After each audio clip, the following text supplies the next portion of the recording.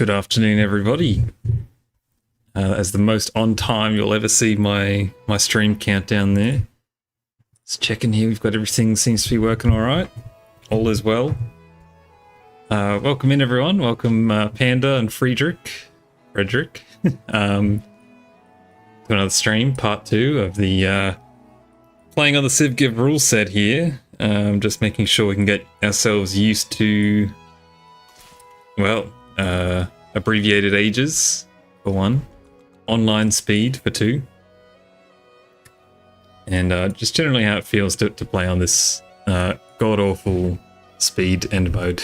So, god-awful but necessary.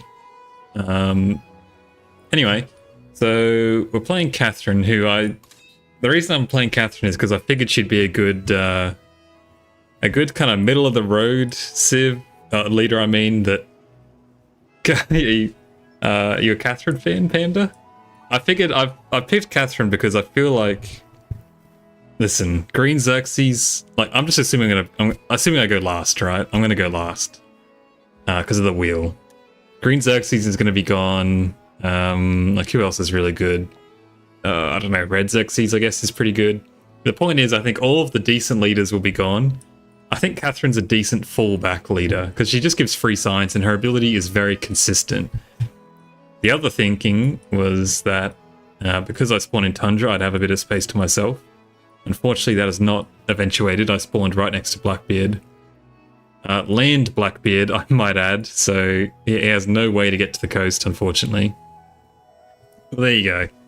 I think she's okay. I think she's fine.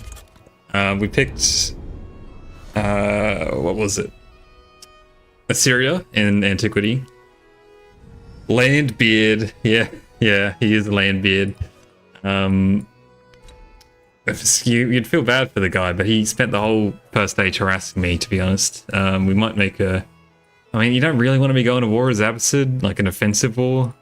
Mamluks are really bad on the offense, but he's also, like, horribly crippled, so... And he's picked the Republic of Pirates, land pirates. Anyway. Cool bananas, so... Oh. Does it not? Have I just learned something new? So I thought these celebrations, if I pick this one, that gives 20% to all of my settlements. Is it actually just an empire-wide bonus, is it? Oh, that's true. Hang on. So it does work on the cities themselves? Because I thought it was on all settlements.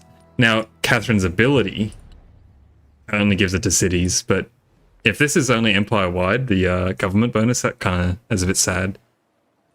But yeah, the land pirates, fortunately not too scary, which is nice. Alright. What are we looking at here? We didn't get a single Diplo point last game. And I can see a grand total of 1 city-state, so I don't think we're going to be going too city-state heavy. I incorporated one up here, Laventa, but seems like every other one got murked, I guess. So culture it is.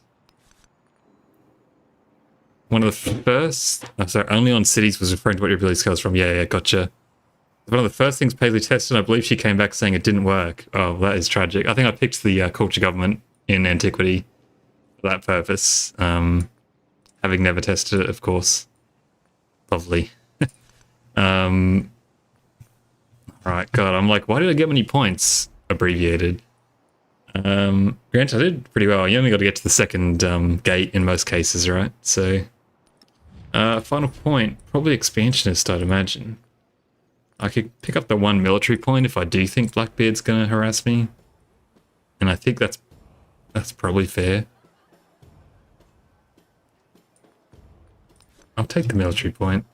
I know the land pirates are going to come for me, so... now, I also remember this start was awful, to be honest. So, again, I guess good practice for whatever start I get in the give, which who knows what that's going to look like. Man, all these spots are pretty good. I guess I'll chuck it up here then. Oh, that it's too late, isn't it? It's all right. That would have been a decent side spot, considering my resources over here just disappeared. That is an absolute tragedy. But roll with the punches. That's fine. Overbuilding anyway, right? It's all about overbuilding. Why is this giving me 2 culture? I'll have to look into that. Build up there to go grab that tile. Also, hot take. I think the series quarter should give ageless great work slots, or at the very least, the Royal Library should count for the science building getting a slot from your religious belief. I thought the second part was true. Isn't that the case? Because, like, you know, Golden Age, is it observatories? Building adjacent to your capital. No, they're all giving +2 culture. What have I missed here? Oh god, I forgot to change my mementos. That's okay.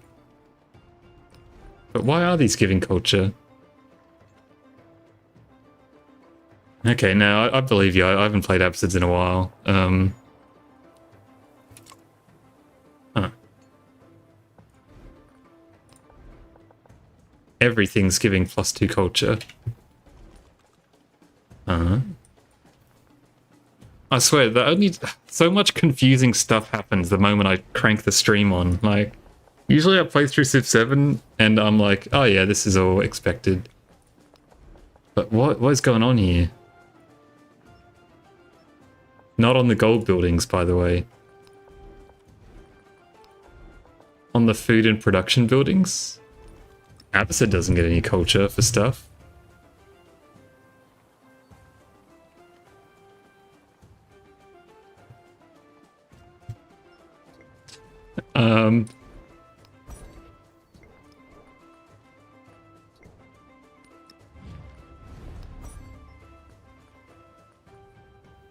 I have no idea.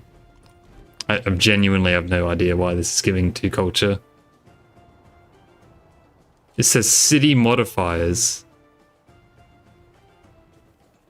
Man, it's one for the Civ mystery heads right there.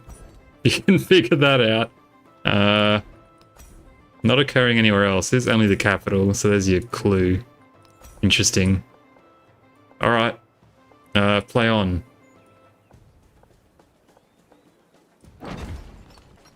City modifiers, yeah. Like, they know where that's coming from. They know where it's coming from. Tell me. It's fine. Just tell me. I guess we'll take the food. We want to get the specialists up. We didn't do a great job at getting specialists, but we have 4. Let's go down this way, I guess. We haven't plugged our stuff in, but yeah, probably go the resource one. I do not mean to keep hitting escape here. Probably down that way. Take that. Minus deductions is a classic. This entire screen is a classic. I used to always look at this screen constantly in like Civ 5 and Civ 6, like this kind of yield breakdown screen.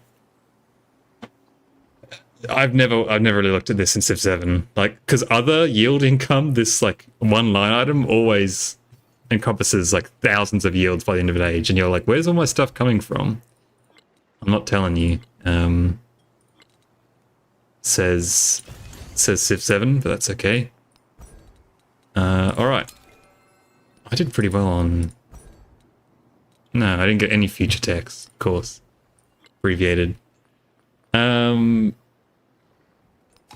Resources is good. Specialist is good. Panda, I hate abbreviated. I can't stand it. It is challenging. Like, it's... put it this way. Obviously, I understand, like, you can't play the Civ Give on long ages. for obvious reasons. So that's fair enough. No worries there. But yeah, like personally, I can't stand it. I think it's you just don't get anything done. It blows my mind every time because you'll just be like doing nothing in particular. You know, maybe you build like a few buildings. You just settled your second city. And then all of a sudden it's like, oh, by the way, the crisis is starting and you've only got like 3 settlements out. It's just, I don't know. It feels like everything is pointless is how it feels to me. It's like nothing matters because the age is just like ripping through so quick. I don't know. I even like feel bad. I'm like, why do I even build buildings, you know, when it all just disappears so quickly? I can't stand it. I think it's like, I think it's insane that people enjoy this way, but that's why like settings exist, because not everyone is me. So if you enjoy it, I'm happy for you. But I will not be partaking in any abbreviated games for fun. Unless it's a multiplayer game with friends, that's fine. How much control it takes away. It makes you feel like you have to think a lot more strategically and you can't get such an overwhelming advantage. This is all true. This is all very true. I didn't specialize my cities, by the way. Yeah, I don't know. For me, I feel almost the opposite, where I'm just like, is it worth building like half this stuff when in, like what? It's turn 2 now. What do I have? Like 30 turns probably until the crisis starts. So, I don't know. To me, everything just feels a bit rushed and pointless. But that's a little bit harsh. Like, it's not that pointless, really. These aren't great resort towns, but they're alright. But it is what it is. Yes, this is online abbreviated. This is let me pull it up real quick. These are the rules for the Civ Give this year. Abbreviated continents and islands. It doesn't say it there, but it's definitely online speed. Deity, hostile independent powers, and no plague crisis. So, it's a lot. It's a lot. Now, last stream I was theorizing that the ideal strat would be to tank antiquity, basically, to get a really good exploration age civ, like the Abbasids, potentially, but I'm not so sure how I feel about that, because abbreviated is so quick. Welcome in, Scotty. G'day, how's it going? Oh, and Graham, sorry, I missed your message, Graham. God, I'm so bad at the Twitch chat looking, but welcome in. Good to see you here again. I don't know. I'm feeling quietly confident. Put it that way. I think I've played a lot of Civ 7, probably more so than just about anyone else in the tournament, except for probably Ursa, who obviously pumps out a ludicrous amount of content. Go watch Ursa if you don't. Absolute legend. So I think I've got experience at least, and a lot of that experience is in multiplayer, although not on abbreviated online. The military dark age, full scorched earth, right? Mongolia. Yeah, so I think I'm feeling alright, but that's what I'm trying to, I guess, get familiar with is I'm just so not used to this speed. That's a lot of culture, I guess. Plus 12, it's not bad. So, I'm just doing at least 1 or 2 runs, you know, before the give, which is in basically 2 weeks, actually. Just over 2 weeks. I guess this is alright for spots. Sure. And yeah, just want to get used to it, essentially. I mean, are we going to attack this guy? I don't feel great about this. Let's see if we can get some allies.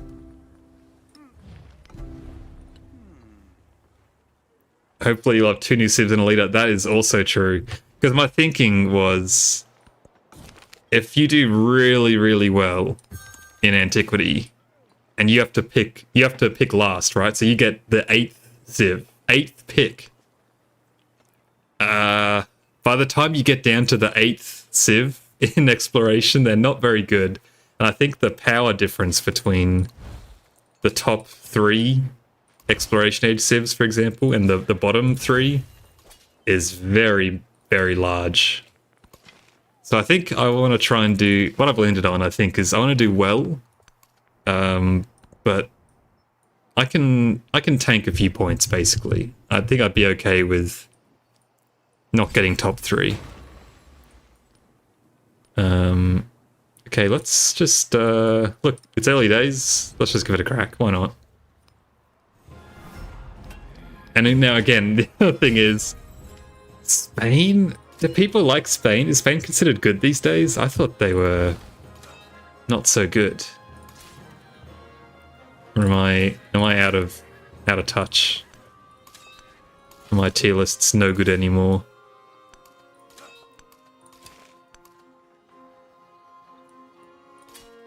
Amina though, I was there was a really good. He's like super good at the game. What's he called? Face Plunger. Face Plunger was in the chat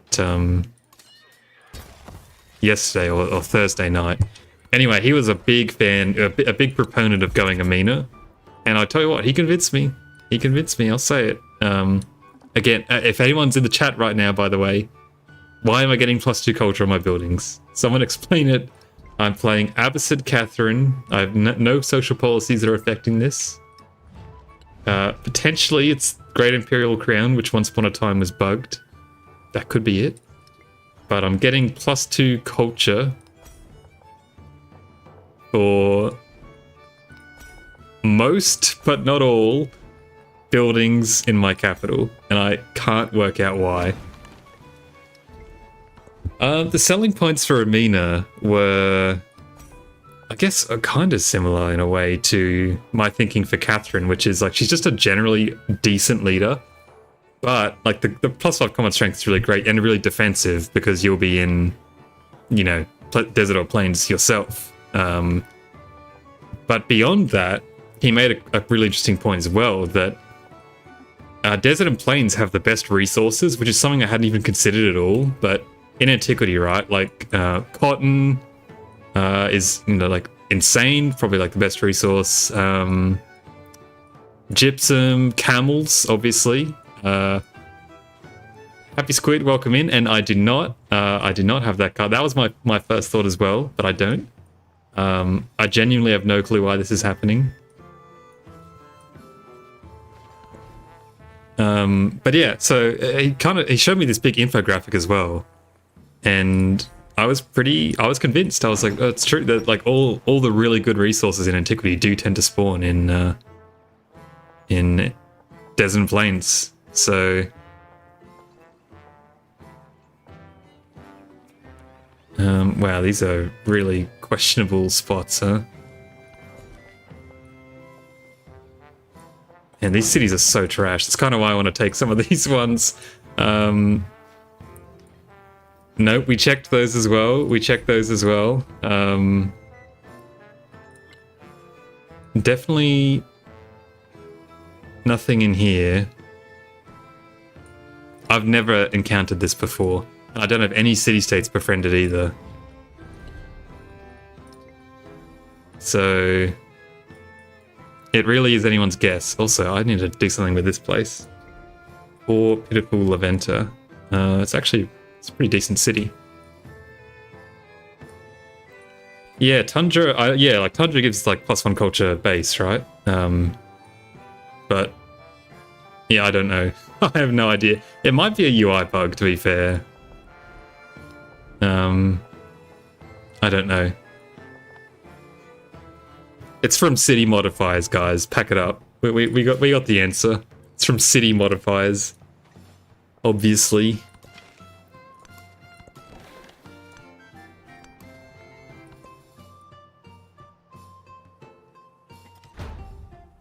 Anyway, as you can see, we're already 6% into the age. I didn't. Did I put a specialist in there in the end? I think I did. I need to be putting specialists in, like, in a big way. probably go for that bad boy.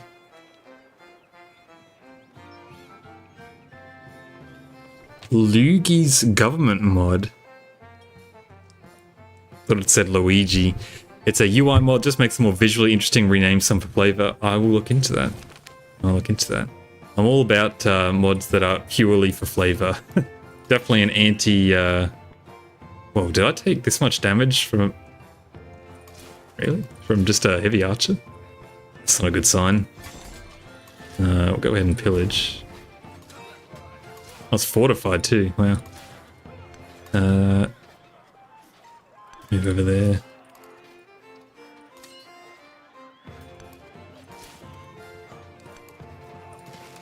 Apparently,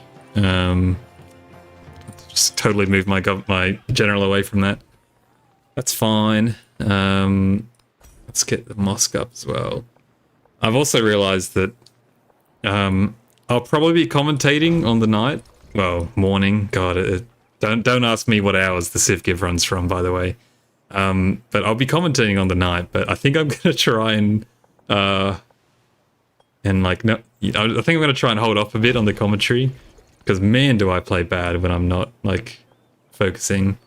Which, like, you know, is pretty typical for streamers and stuff. But it was, yeah. I constantly catch myself making some extremely questionable decisions. I really want to put another specialist down. I really want to put in the palace. I guess I'll put it here. It's next to a wonder. So bad, but I need to get the 5 specialists, so it's worth to put some pretty bad ones in. But these cities are truly awful. Luckily I'm absent. Okay. Yeah, I don't think I'll be taking this guy over. Turns out all of his units were up there. But did everyone else declare war on him? They did. That's fine. This was just more of a practical joke anyway. This commander's gonna get wiped, unfortunately. Not much I can do about that. He's like perfectly surrounded. That's fine. Landbeard's not happy. Tell you that for free. Look, we'll just keep intimidating him. Again, another masterful move there by me, not putting my commander in range.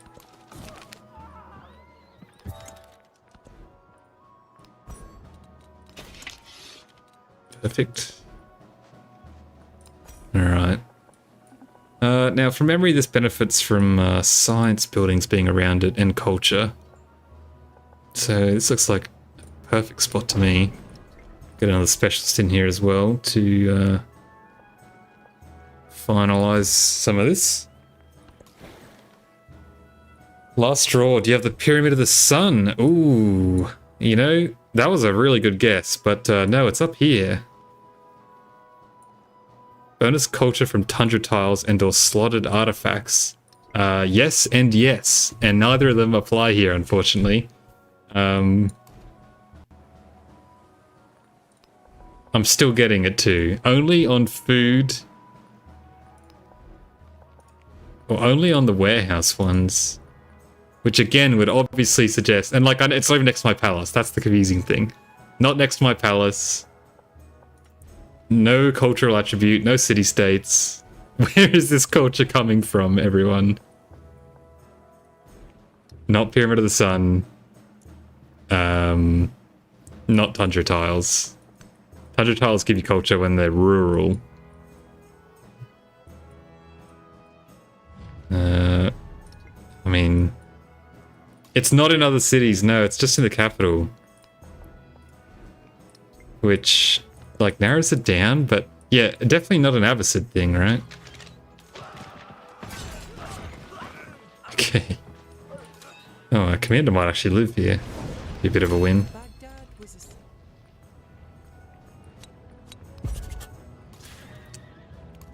It's a bit annoying, little volcano.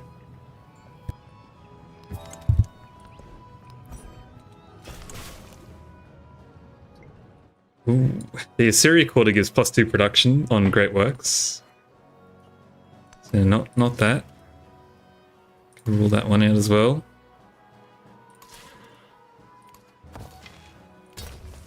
Another good guess, but not quite.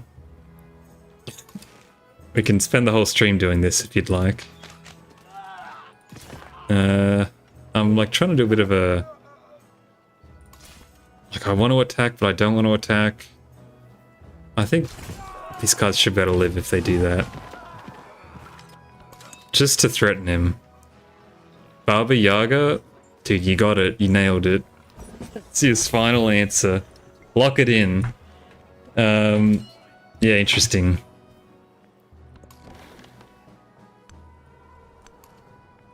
This is where we need to see if we had Face Plunger. I bet he'd be able to know. He would say something. The most embarrassing part is last time Nineveh was our capital, and I was getting +2 culture on my palace, and I could not for the life of me figure out why. It was Charismatic Leader, like the first one you plug in, the first card. And it was the first stream that this guy, Face Plunger, had joined. I was so embarrassed. I was so embarrassed. Anyway.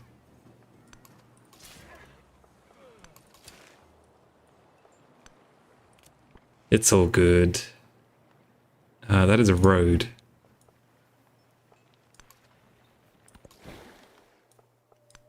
It's just like streamer brain, you know? But this one I am truly stumped. I genuinely, I don't think there's no excuse in this one. So celebrations are only for 5 turns as well. I've got to keep that in mind. I'm doing like wonder ones, potentially. Let's just get our building down. Again, this looks solid. It's kind of eating up my production tiles, which I don't love, but not the end of the world. Yeah, culture detectives, put your hats on. I need an answer by the end of this stream, or I'm gonna scream.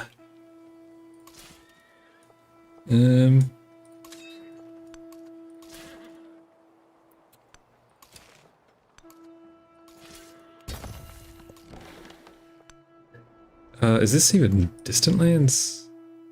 It is. Okay, nice one. Grab a settler there, and next turn when the mosque finishes... That's true. Forget what I'm saying, yeah. Panda's already provided us an obviously suitable answer. This command is a little bit stuck. Just keep on running. You can get in the city, but it's kind of this guy's kind of pushing out now. You could do that. Local festival. Take the influence. We'll just keep piling it on this guy. What this is doing is just means he's going to give me one of his cities. He's going to give me Wasset if I keep doing this for free, which is nice. Okay, religion. You guys notice this, by the way? The scroll bar. There's no lower threshold anymore. Pretty interesting. Probably more so than ever. You want ones that give +2 because you don't have time to move them around as much. And as for this, probably just go culture, I guess. I'll go science, actually. Oh, they already went science. Culture it is.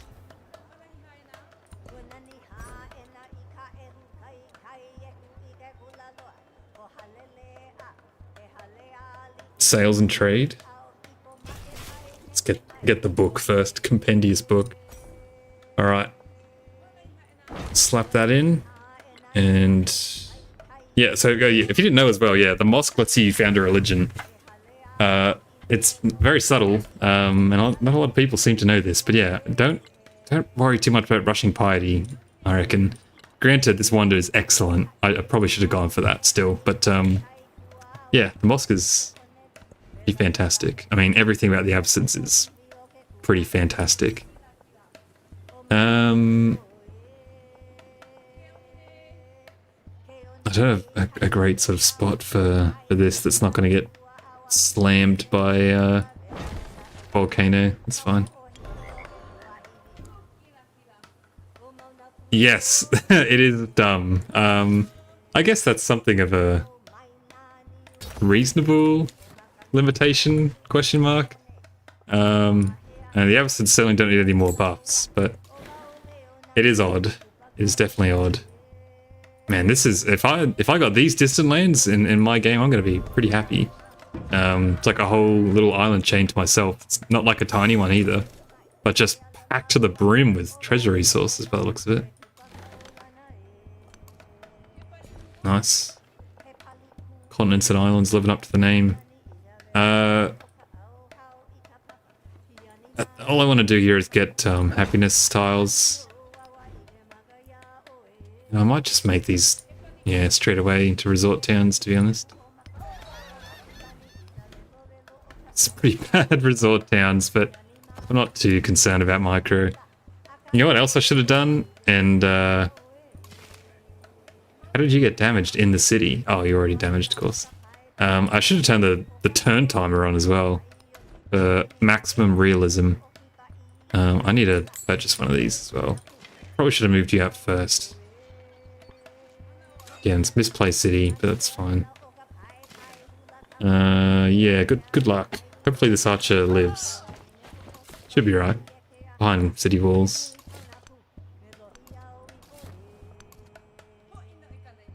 Ooh. Okay, I haven't checked resources, that's true.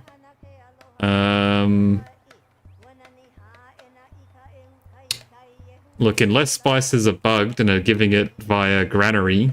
Also, I never put my resources in. Oh my goodness. See, this is why I can't be streaming on the day.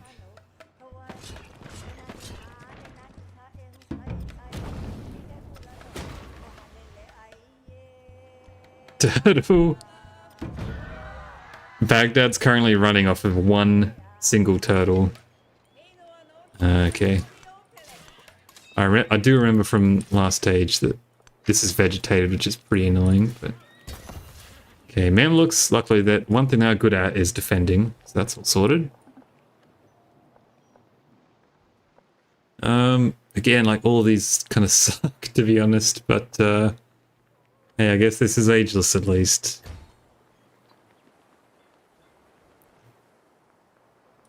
You like the turtles? They're really fantastic, but I need to get a trade route or something going. You know what? I can get a trade route from here. Probably several, to be honest. Look at these fantastic trade routes I've just been completely missing out on. Alright. You can go over to Chang'an. You can go to Katana. You can go to this place, actually. It's better. Oh! Right. Oh my goodness. Yes. Yes, yes, yes. It was the turtles. Thank you, everyone.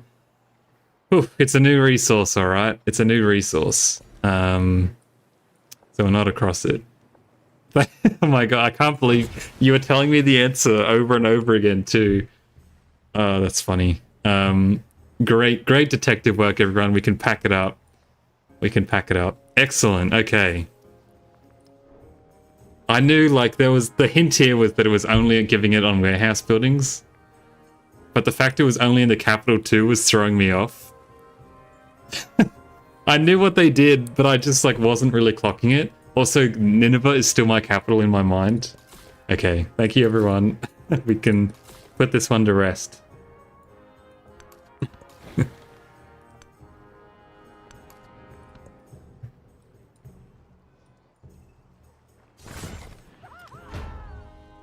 This Mamluk is just not going to die easily, I'll tell you that for free. Nice, that died too. This adjacency's too good. How good is Avocid, huh?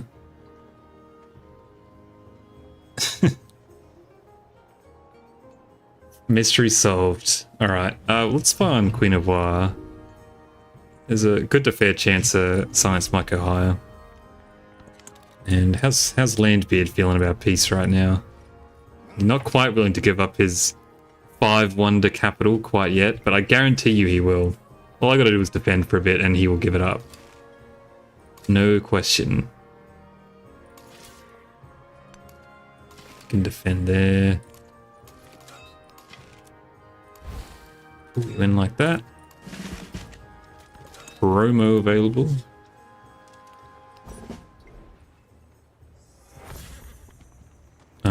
You can just heal up, to be honest. I always, I did forget to do as well. It's only because I've got like a kind of a strange, massive influence of surplus here, thanks to not having almost any city-states around. Look, I guess I should probably explore this just to check for good settle locations. Slight problem, there's no fresh water at all, but that's okay. You do.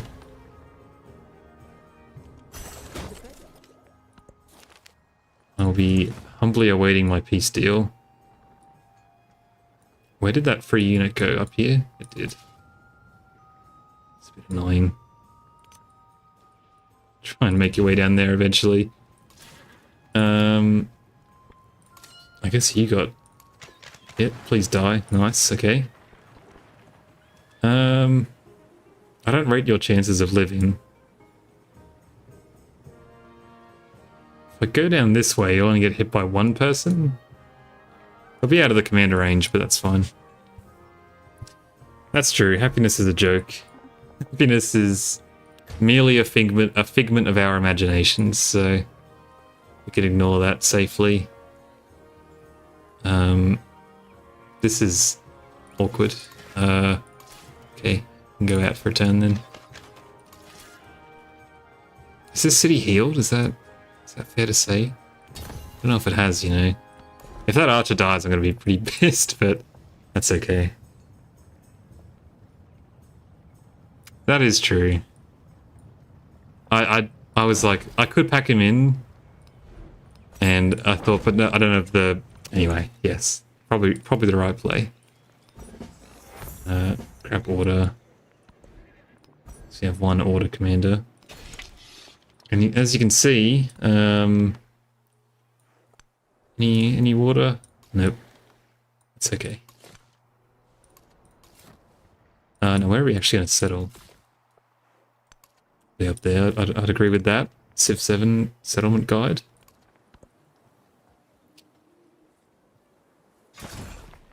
Hey, he lived. Alright. Not even close. I guess we can just take this back for fun. He did try to attack the archer in the city, but no dice.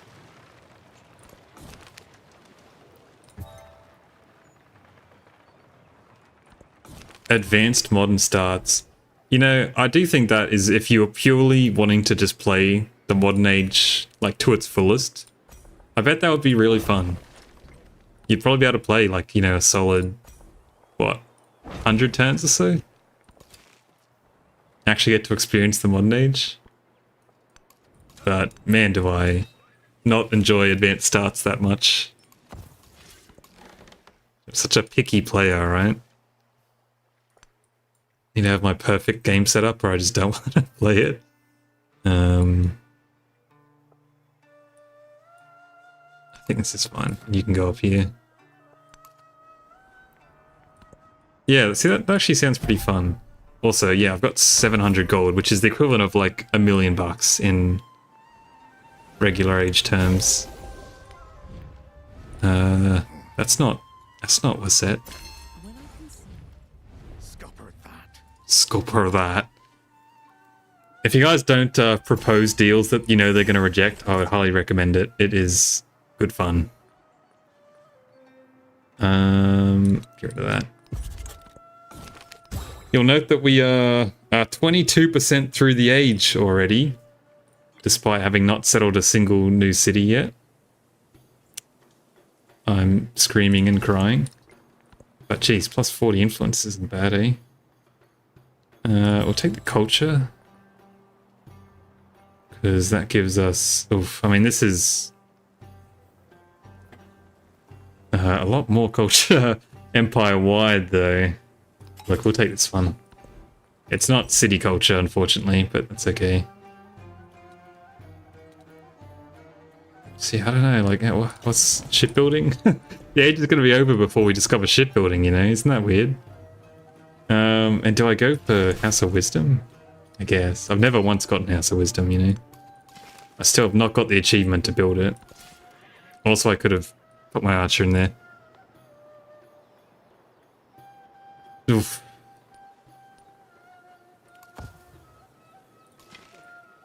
I think, again though, Panda, this is what I'm trying to rewire myself to think. Usually I would kind of like side with you on this.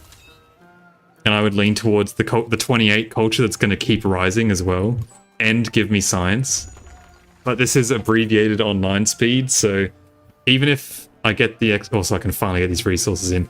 Even if I only get that extra culture for like an extra couple turns, the age only goes for like 40 turns, so immediate bonuses right now are like super valuable.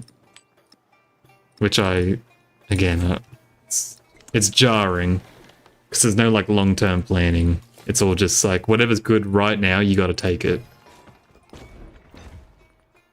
I guess you can stay where you are. Like, oh, gotta spend this gold. 800 gold. Finish this bad boy off. Can.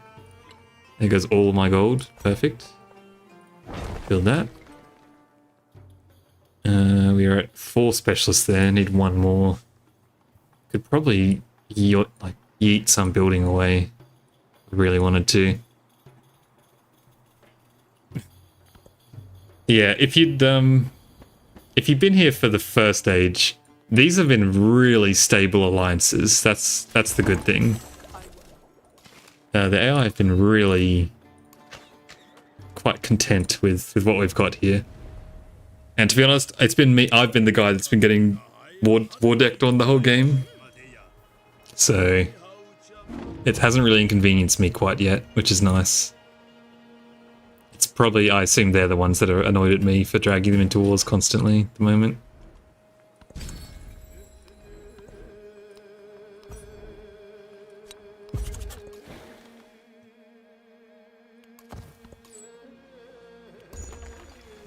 Now we're rolling.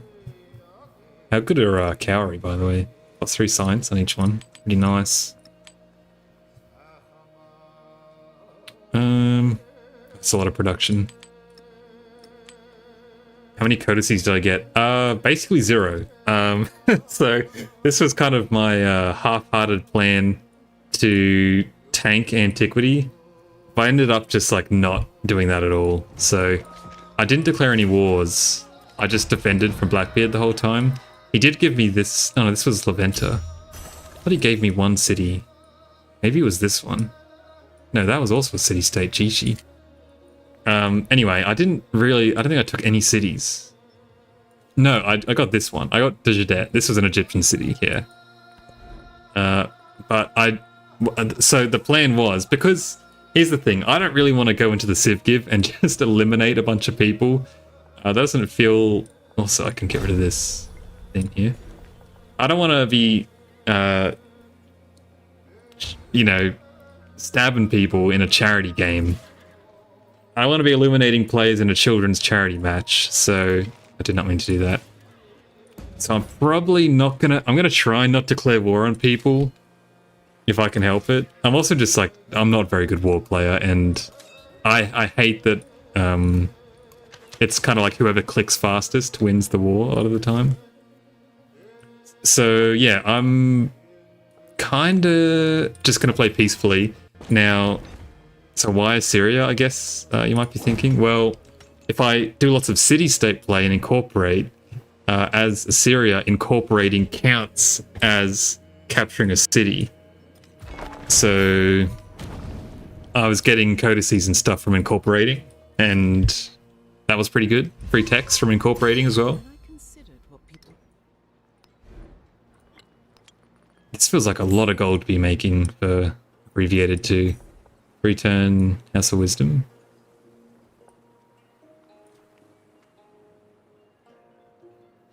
They are all terrible. The only kind of interesting one is the science one. which oh, look at this science spot, by the way. Oh, what the hell is this? Oh, wowza. That is a really good science spot there. I'll put my production buildings there. Anyway, so yeah, I'm going to be kind of playing it peacefully, but I still think the Great Library is so busted that it's like Assyria is still quite solid, I think. Even when you're playing them peacefully, I would say. Oh yeah, but sorry, but yes, the I'm not doing it. I'm not trusting you. I'm not doing the military Dark Age. It's like the opposite. It's like the anti-daily play. But the Dark Age science one is kind of curious. It's I think it's halve your science minus 50% science, right? But every 10 turns you get a free tech boost, which like, well, if that scales, right? If it was like every 5 turns on this speed, I'm like, maybe, but it's as always with Dark Age stuff, which like I kind of love the idea of. As always, it comes back to I'm not giving up my entire, like every single legacy point, right? I really wish they'd change that somehow. I like the idea, but if you're going to give up every single point, you better make those Dark Age cards really insane. You go bankrupt in 10 turns. Oh, that's grim. That is absolutely grim. It's so funny because I'm always thinking, like, you don't really tend to go bankrupt in Civ 7 as much. Like, it's actually quite hard in this game because nothing costs quite as much gold. But good to know that you can still do it if you really want to. On launch, I remember watching a YouTuber do it, and he had thought the science would give you a free tech like the narrative event. I think it wouldn't. It would be a lot more interesting if it gave you a whole free tech. Because it would still be bad. I'm about 90% sure on that. Like, if the Dark Ages are meant to be like big comeback cards, man, they are not succeeding in that fantasy right now. So, yeah, I don't know. Definitely an area of the game that I think is like rife for an interesting, I don't know, interesting changes, and like one of these Civ 7 moments where, like, you know, they've set the foundation for a really good idea, but it's just awful at the moment. Which is also Great Flood. Awesome Flood. But they've just totally cooked the balance and the polishes off, which is like, you know, kind of sums up Civ 7 a lot in my mind. But yeah, so I look forward to those eventual changes. Also just got Japan, how good. Oh, I did find out, I asked as well, that city unlocks will be off, so no Civ requirements, no unlock requirements. So that's good, I guess. More consistent, for sure. If you do want to go, you know, Abbasid, Japan, that kind of thing. Don't have to worry about getting camels or not getting camels.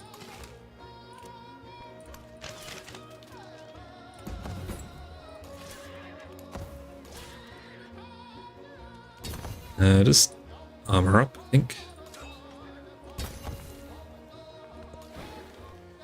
But yeah, Dark Ages, they need a huge buff.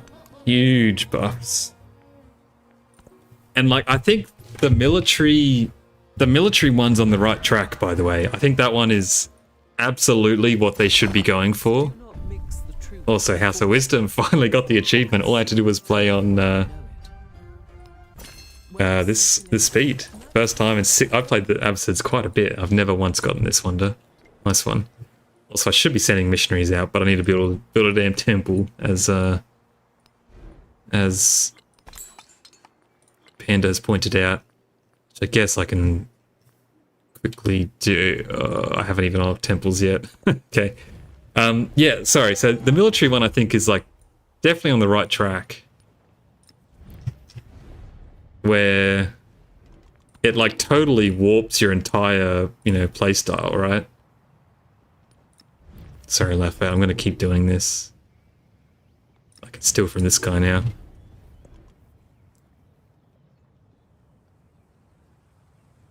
Yeah, and the science one is fascinating too. Like, I love the idea. Mainly because, like, you know, I usually play in long ages, and the idea of getting that much value over time is amazing. But it is just horrendous. 10 production dungeons are nice. Shipyard. Get a specialist in there.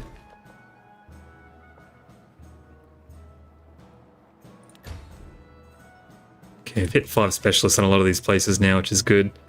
We can go ahead and put sales and trade in.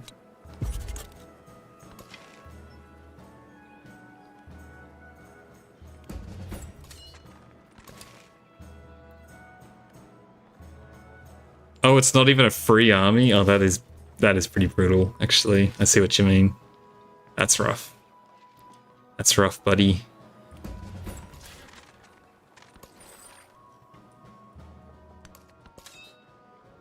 Yeah, I don't know. I think the Dark Ages should, like, honestly, here's my, like, short-term fix. Just bump every single number up by about 300%. That's the short-term fix. Don't test it. Don't worry about it. Just don't test it. It's fine. And just go from there. Oh, okay, we can only double it, you know. I don't know, they're just like, they really need to just make them better. As always, this is my, like, biggest complaint with Civ 7 all the time, is that, and I don't have many, of course, because the game's, you know, so good. But, they're just so safe. They're so safe with the balancing, you know. It's always like they dance around the edges, but then you have the Egypt balance team who comes out of nowhere and just does these ludicrous buffs to Egypt, and now all of a sudden everyone's having a ton of fun with Egypt, which is great. Like, more of that, right? More just off the wall buffs. And hey, if they're too strong, just nerf them next patch, you know. It's all good. No harm done. But yeah, more of that stuff, to be honest. I just think, like, who was... Have you seen one single complaint about, like, guys, Egypt is way too strong. They need to be nerfed straight away. Like, no, everyone's just loving it. Like, it's so much fun, right? To just, like, have some things that are, like, potentially a little bit too strong. I just think they do play it a bit safe. Is this even gonna give any gold? 3? Okay, that's fine, I guess. Egypt is perfect. You know, and here's my take as well. I think they are actually quite balanced. I think their traditions are pretty good, but, like, are they better than, you know, Maya? Are they better than Assyria? I would say absolutely not. So I think the changes were, like, spot on, to be honest. Maybe, like, the +2 production, that could probably go down to +1 if we're being really nitpicky. I'm not sure if it's, like, is it interactive? If you just kind of, like, you can never get the wonders. Like, Egypt will get every single wonder, right? Or just about. I missed this one. So is that fun? I guess potentially not. But I don't know.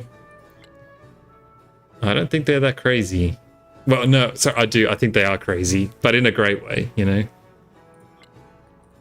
In a very respectable way. Do I want this? Probably. Or do I just go for this? Because it's culture and cities. I'm gonna go the economic one. Can buy all sorts of goodies with that. How good is Angkor Wat? I think I just got a old science point from that.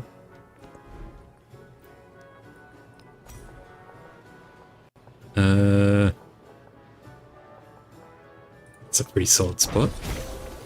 Okay, I've just pushed the age forward a little bit too much.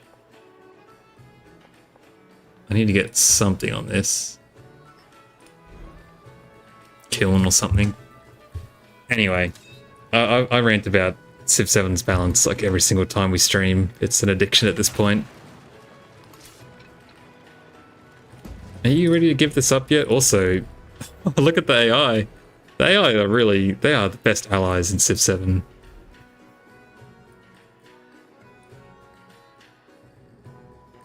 So much influence. Do I just do a bit of this? Thanks for supporting them, Chief. That was nice. What does one do when you have such an excess of influence? I've never even traded with this guy. Do that. I need to figure out what I want to do with Lamenter as well. The +2 production, it's the fact that the Harbour got released at the same time. That's what kind of... I suspect maybe the balanced teams weren't talking with each other as much as they should have in a way. Well, I shouldn't say that. That's so, like, demeaning. That's so... Like, I have no idea what the internals of Praxis are. But yeah, it's the fact that the Harbour came out at the same time and, like, is a huge inadvertent buff as well to Egypt. That's what I think puts them over the edge. Whereas if the Harbour didn't exist, then I think +2 production would be like, oh yeah, that's fair.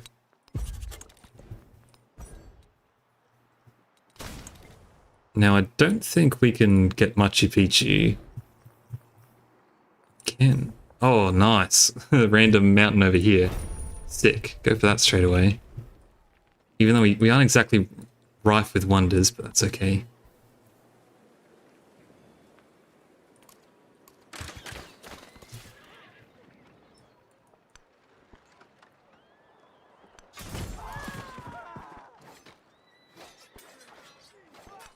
It's going to stain my borders. I'll take leadership because this war's about to end. Economic Dark Age naval commanders gain settlement founding charges. That is a good one. That's what I took in the first game, post patch, post 1.3 with I did. Who did I pick? Someone weird, but I picked yeah, pirates.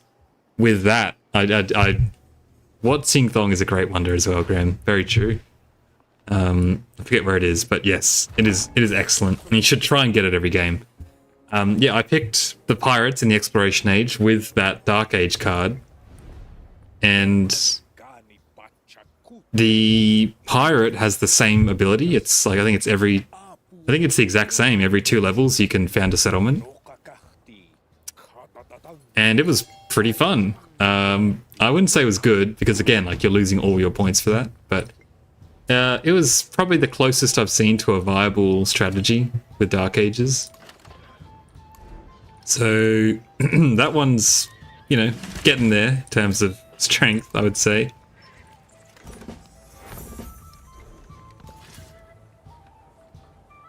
Hot tip, you can send the military espionage on your distant lands leaders to see the general and their continent. You know, I had never considered doing that. Let's do it. I don't think I've ever done this before. I do this to everyone? No, one at a time. It's a bit shame.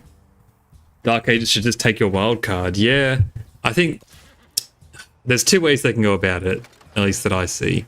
They can do that, where it just takes your wild card slot away.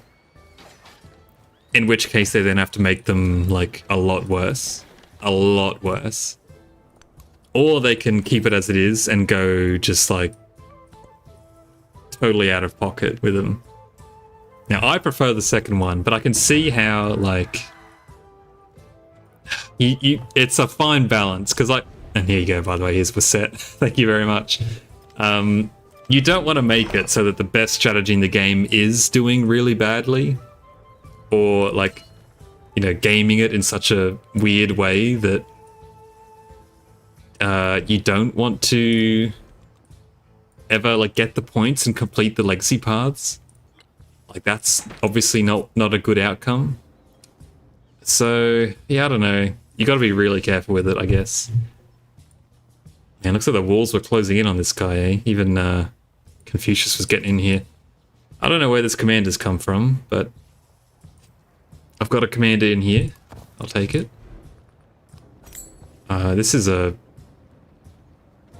previous age market. I think that's fine. And we are gonna make this into a city.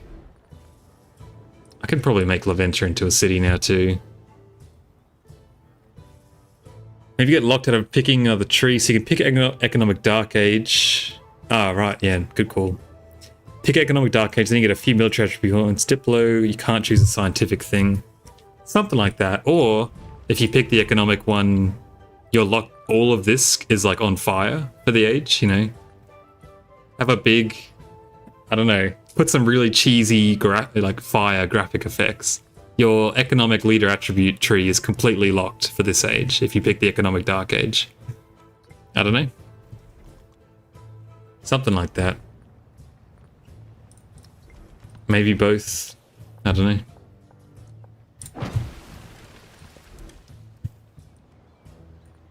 Definitely many paths they could go down. I did, yeah, that's Josh, yeah, that's where Havana Harbor is basically it's a really easy way to get the thingo, but then you have to get a city up in the distant lands. It's quite the impost. Is that even the right word? It's quite like the it costs a lot. It's a big investment to get that up and going. Wow, how good are Wonder Cities, by the way?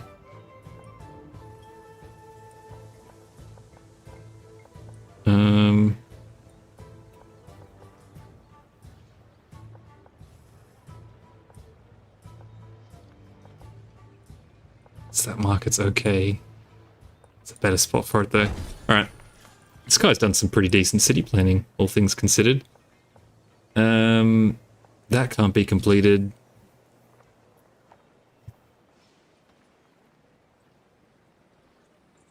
#1 destination for my privateers. I love the idea of Havana Harbor, and I think it's like really fun to build. I always enjoy building it if I get it, but man, it is it's a lot to get a city up in distant lands and then build a wonder. Like it takes ages, you know. All right, everyone funnel back in.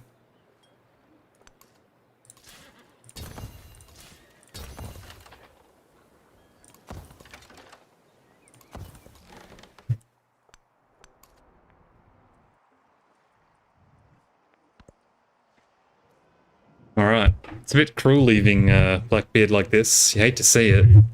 But he's like, somehow, like, he's got 56 science. 1/10 of my science. But this guy's got, like, knights and stuff, you know? I mean, I say that. I'm actually at the end of the tech tree. So... again, I'm just, like, constantly blown away by the speed at which these ages go by. So I guess to this end, like, let's get Laventia going before the age ends, so I can get my quarter up in time. You've had nothing built so far, so I mean, where is stuff gonna go? Science can go there, or yeah, there's really good. So I'm actually gonna build my science one first. Build the district over here next to it. That's, I think, yeah, as I was saying, I think that's as close as you'll get to a really viable Dark Age card. It's not awful. It's definitely close to awful. So don't ask me what I'm doing with these specialists. Don't ask. There's no answer. But yeah, it's alright. It's alright. Oh wow, that's awkward. So we'll try and get Notre Dame as well then, hey? I still have not got a temple. I feel like I can squeeze one in somewhere. You're gonna have a ton of production soon. And this is a pretty bad spot, so you can go there. You can be my missionary city.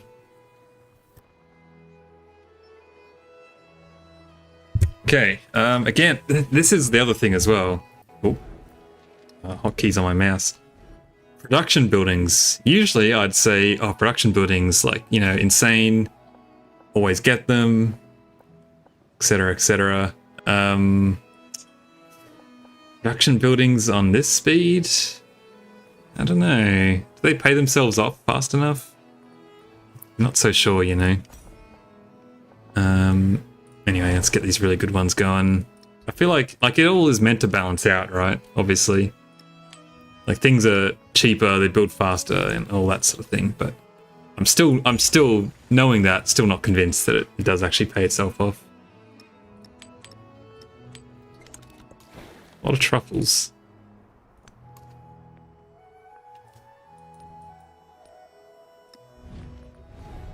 Can do a ginseng agreement.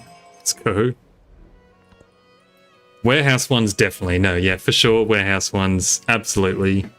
Build your warehouse buildings, everyone. But I'm not so sure about the dedicated production ones. That's where I'd have to do some serious thinking.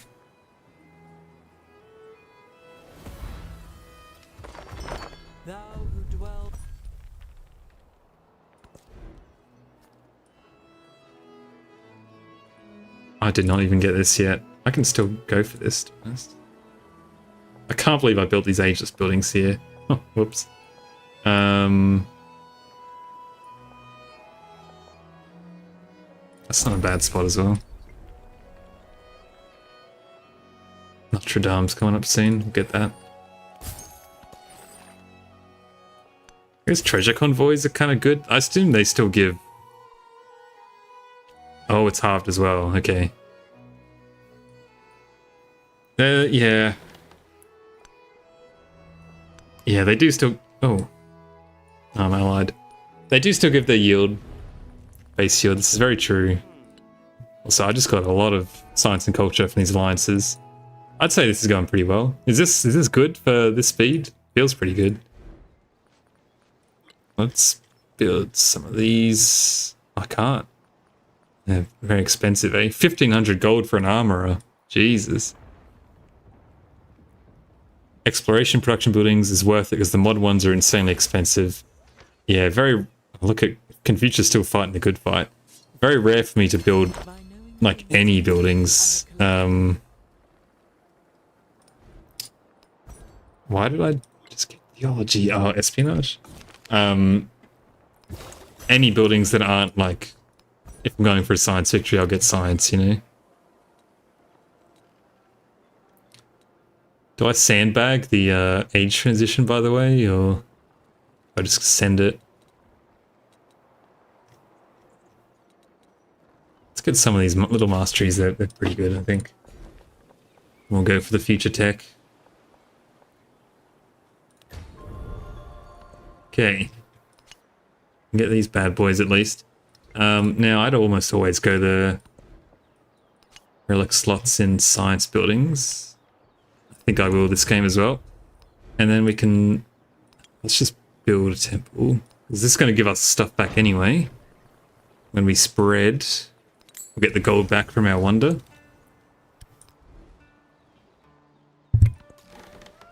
That's alright. Pay itself off, I think. Great Barrier Reef. Looking a lot better there in-game than it is in real life. Oh, check the Royal Library. Yeah, no, you're right. Yep, it does not. So, I think... Did I go Golden Age thingos? I guess I did, eh? No, I didn't. I just took the points. Either way, I think considering Golden Age observatories, or whatever they're called, give the slots, then... You should definitely... Yo! The tech! The tech worked! Spotted a city-state. Nice one. That's a really good tip.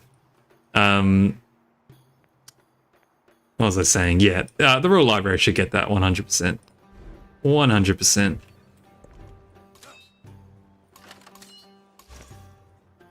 Okay. Go forth and... spread.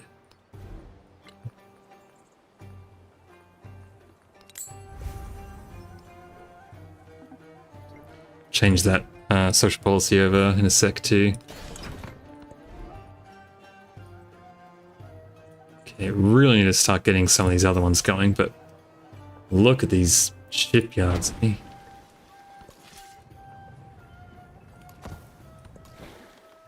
Volcanoes popping off, as always. The exploration age is artificially long because the AI doesn't know how to get legacy points this age. They are awful at it, it's true. They also, have you noticed, like, from a couple patches ago, they basically no longer get specialists anymore?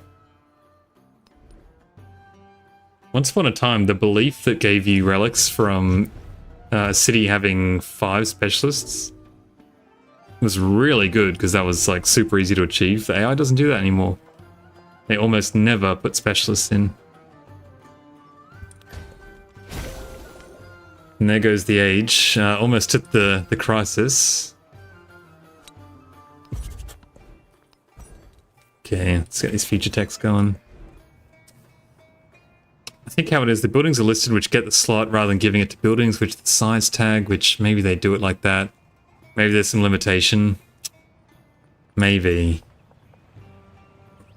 Who knows? I'd love to see some of the code at a... I don't know, it's just whenever I hear about stuff like the food buildings, you know, like giving it multiplicatively, or the Shawnees building, like, still being bugged after like 6 patches. I'm like, I know what's going on here. You must know what's going on here too, right?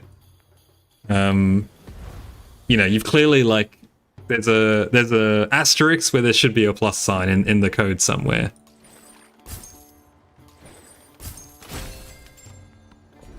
Welcome in, 78. 78's FAC.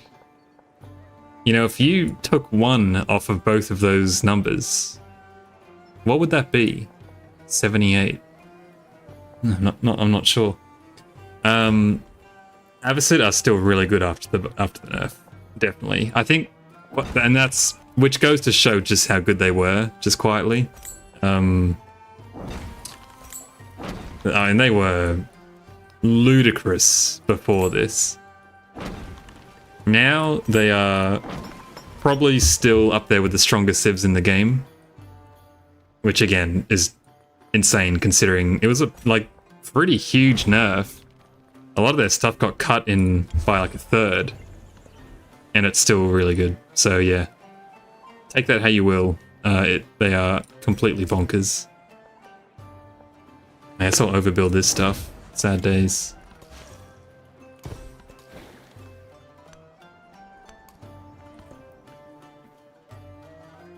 Usually go for the specialist belief, but it comes online late game. Yes, that's the thing. I don't usually go for this capital one. I usually go for the city-state one. But, I don't know, all the city-states seem to have... Listen, I've got to attract a younger audience, alright? I'm trying to attract those, God. Turn 34 crisis. I'm trying to attract that 14 to 17-year-old audience. Most of my audience is, what's the range? Like 22 to 27, I think? It's like 80% of my audience is in that range. Which, hey, I mean, it avoids a lot of nonsense, I guess. That's exactly what Facepun just said too. And I agree, like, Avicid just pop off if you do let them SimCity away. But how do you not? Like, that's the other thing, is because of the mem look. This thing is nuts. Like, I was getting plus 12 combat strength in my land. Like, they're so defensive.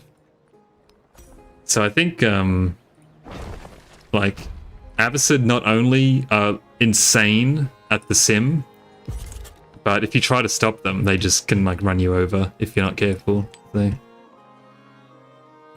should probably put that files in my city, but whatever.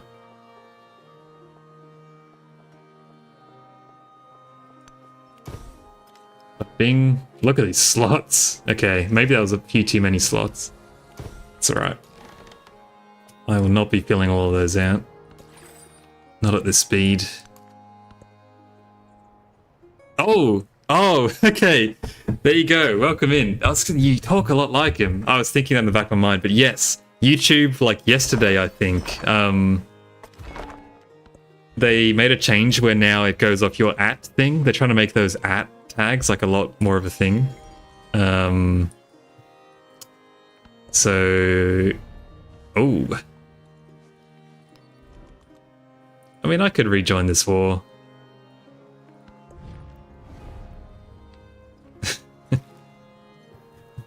That's funny. Okay, why not? I'll keep this going. This guy's like very toothless, so it gives me something to do with my influence. But yeah, look at these Mamluks. This is what I'm saying. Like, okay, yes, you don't want to let Abbasid sim, but then you try to invade them and they hit you with the +16 combat strength from urban population. Well, what are you going to do about that, right? Like, this is insane, you know?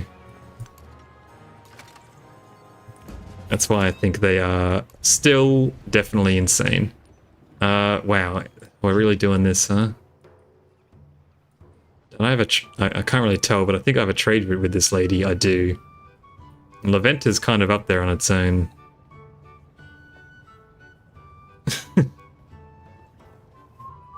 Mamluk is still crazy. Like, +16 is unheard of. I really don't want to declare war on Himiko. Okay, sorry, Lafayette. I can't support you both these wars. Yeah, these are only level 2. I could put them up to level 3 as well. Like, obviously garbage on offense, but how is Leventa connected? Waset, I think. Yeah, I got Waset, so hooked up.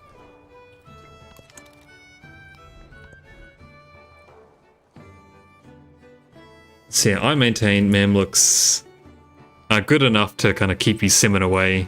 You just need 1 or 2, like, defending in the city center, and they need to have a significant overwhelming force to get past those. Should put down my sawmill soon as well. Okay.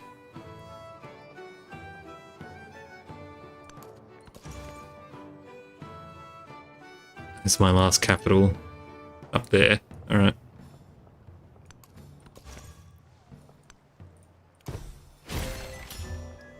Is that sorted? It doesn't really matter where I put these, is it? Does it really? As long as they're in cities, actually. You know what? I'll go in capital just so I know. The previous capital, that is. Am I missing something? Isn't there like a... No, it doesn't matter. Yep. Doesn't matter where they go. You can just all pile into Nineveh. I guess it's the production, actually. It's production. Yeah, well, it goes up to 15, right? 15 base land trade route range in exploration. I think it literally is, it just made it, so 15 tiles away. So this pirate war music is pretty good.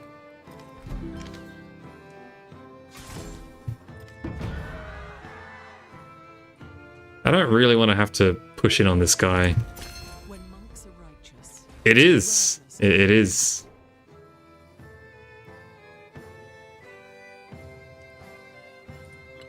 Whoa, +10? I think minus +10. I thought it was -5, but when have you literally ever been wrong?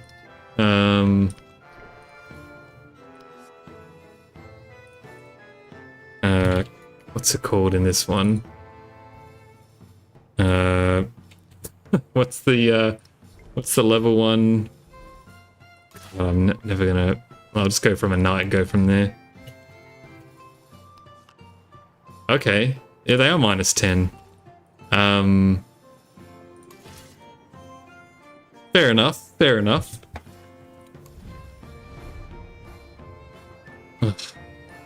Confucius too. Wait, is that my 2 allies going to war? What's this?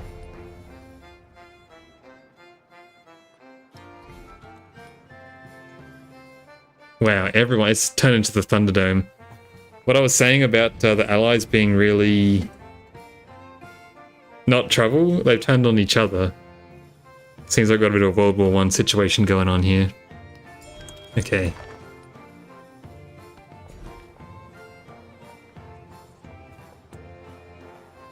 I was putting them over here, wasn't I? Yeah. Yeah. Sad times. Oh well. It's alright. You get what you get, and you don't get upset. Okay, I did really want to finish this to get a complete quarter. Let's just whack the pavilion on there. No real sense to it, to be honest. And I'll probably just chill out and defend for a while here. Let's just... What, get a shipyard? Sure. Something to give this thing, use up a bit of gold. Got a dungeon up here too for mighty cheap. I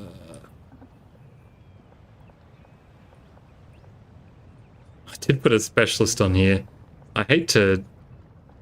Man. Machu Picchu is pretty fantastic, eh? If someone wants to do the simultaneous equation, though, to figure out where the break-even point was, like I was getting plus 40 for, what, 20 turns? So I'm now going to get plus 20 for, you know, probably another 20 turns or so before the game ends. I reckon my choice might have been right, you know. Hate to say it. This is next to a volcano, but I'm doing it anyway. Just to get up here.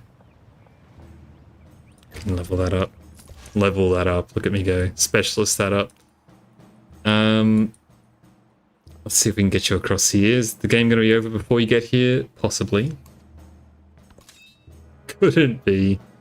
No chance. Just grab one range unit. Okay. You can go for a little explore, I suppose.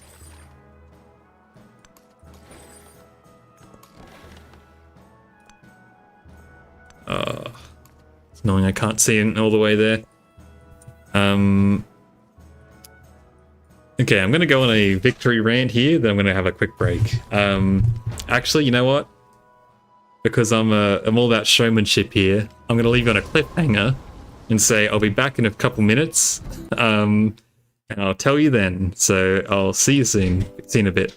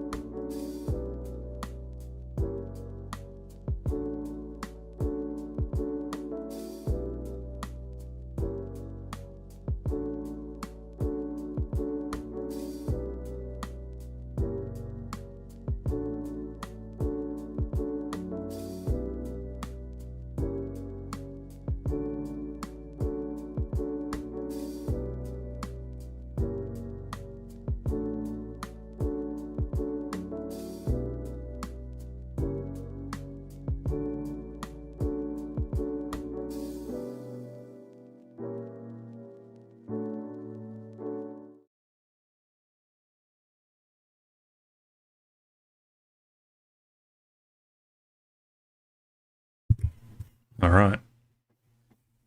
We are back. The victory plan. So, you know, if everyone was here the other night, you might... Well, anyway. Science. It's got to be science, right? I feel like culture, it would be really hard to win a culture victory. Now, granted, actually, so listen, you know, for obvious reasons, people aren't probably going to let you just get artifacts, right? Now, granted, if you've seen some unofficial leaks, or what are they called? The Ottomans. The Ottomans have a very odd ability that any player who gets an artifact in their land, it counts for 2, which is kind of curious. But it just means, like, if you're going and getting artifacts and they're in neutral territory. Wow, why did you spawn over here? And this thing's gonna wipe him out. Sorry, Aquabizia? Aquabize? That guy's definitely dead. But yeah, so, I don't know, that's going to significantly help, I guess, in the artifact game, because you can send out, you know, explorers and just have a settler on top as well. And essentially double the artifacts you get.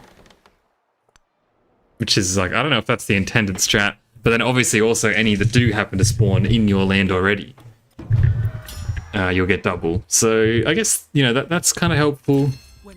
But I mean, still, like, the main way of getting artifacts really is from hegemony. And then, you know, you get like the instant ones from just researching. Like, that is such a big help. So I don't know. Isabella Ottoman? What's the synergy there? What's the synergy? Just having lots of weird settlement locations?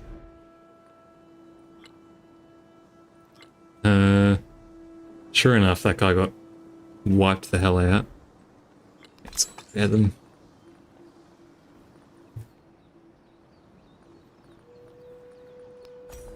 Get the guild halls going.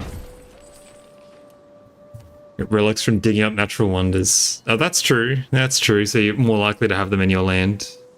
I can see the vision there. Let's buy one of these then. Yeah, I see the vision. Although I assume as well in multiplayer, if you like settle across the world under a wonder, someone's going to be taking that. Someone will be taking that city away from you. You got to be a little more tactful. But yeah, I think it's certainly going to set some new records. I think not from actually going as the Ottomans, but definitely. Because you have to go, the Mughals take off way too many turns, you know, being able to buy the World's Fair. But here's my vision for post-Ottoman patch, new culture victory world record, right? You get Ottomans in your game, and then every time you go to dig up a relic that's in your lands, you gotta make sure you're at war with them. And then you just peace deal that city to the Ottomans, and then you dig it up. And then, you know, you get to hegemony, you reveal a bunch of new sites, and then again, any cities that are in your empire, you peace deal them to the Ottomans, and then you dig it up again. This is very niche stuff, but I think you might be able to get, you know, a couple extra relics that way. So artifacts, I should be saying. Another science point, by the way. Anyway. I think that has potential to just like speed it up by a few turns here or there. We've hit our 10-turn countdown on turn 39, which is not fun. Again, like, I'm just getting started, you know, I'm just getting going now, and it's all about to be over. Only got my 2 little cities over here. Should religion them up as well. Someone's going to go through here at some point, aren't they? I had a guy around here, this guy. Got enough charges to get everyone, although confirmed you're not going to make it, so Yeah, that's a bit of a shame. I do think you want the assurity of it being in your empire. 2 relics for each natural wonder in land is crazy. It is crazy. Oh wait, no. So Panda, I don't think that'll work. I don't think it's well, again, like this is all leaked stuff, right? So it's not confirmed. Did I paste it in here somewhere? I didn't, but anyway, the way it's worded is it's only from dig sites. It's not, I don't think it's from wonders. But I mean, Civ 7 isn't exactly known for its precise wording, is it? So, but from what I read, it's only from artifact sites, not natural wonders.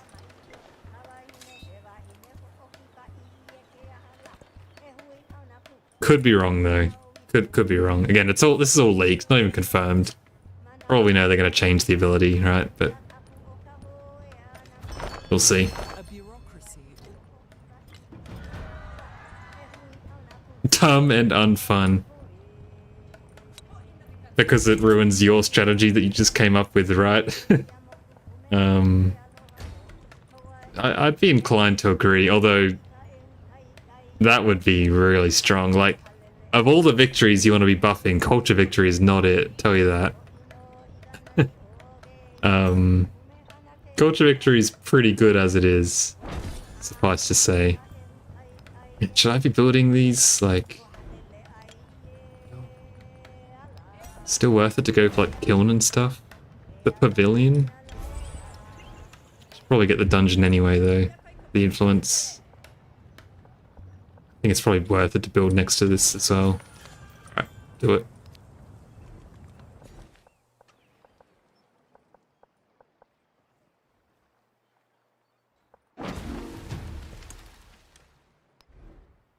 Another chunk of science there. Who was I stealing from?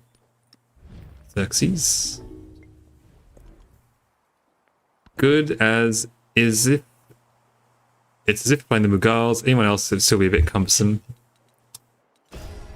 Yeah. I don't know. Hey, welcome in, GoPack Go. How's it going? How's it GoPack going? Good to have you in here. Yeah, I don't know. Just the culture victory, even if it's not like, I think it's insanely fast for a lot of people, but it's also just like, it's got to be the least inspired one, right? I mean, who's out here having fun doing the culture victory? It's only fun because of like, how far can you break the game, you know?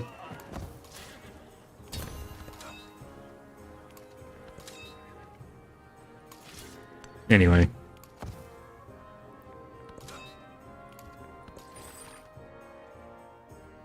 Done alright on treasure convoys this game too.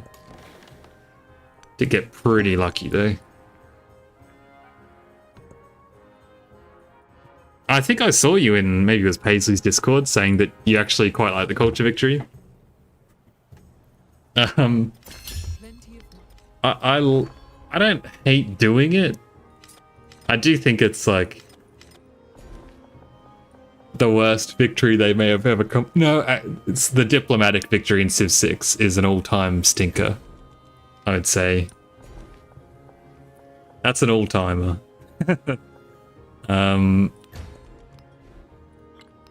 But culture victory is not real great. It's not far behind. Let's just go for a cheeky Borobudur. Man, there's so much stuff I still need to do, but obviously not going to get there. I suppose I should go for these masteries, right, to get relics that way. Considering I'm not going to make the... Oh, I might be able to get there. Let's go to sleep. God, this is annoying.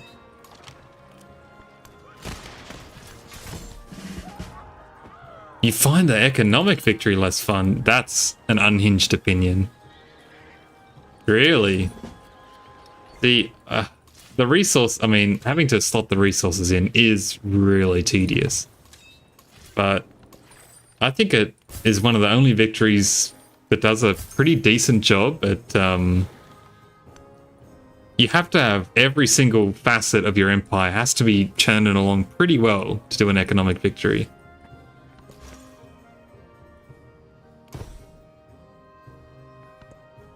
Like, you have to have decent science to get to factories fast. You obviously have to have a lot of resource slots.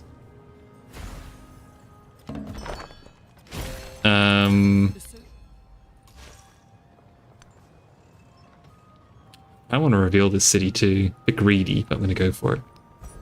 It's a passive ticker. It's a passive ticker, but that passive ticker goes up from active decisions you make. Also, I don't think I have enough time to pull this off. 7, 8. No, I probably should have gone for a limb, maybe. It's the one that gives you a free tech. I could have got a future tech from it, potentially. I guess we'll go this stuff, like shipyard, production, next stage is alright. Guild hall here. Bank, is that crazy? Maybe. Let's get the kiln.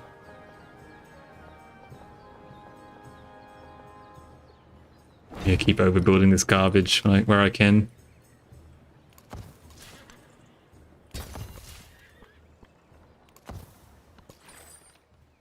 Fortunately, Blackbeard doesn't even have any cities to give me in a peace deal, so...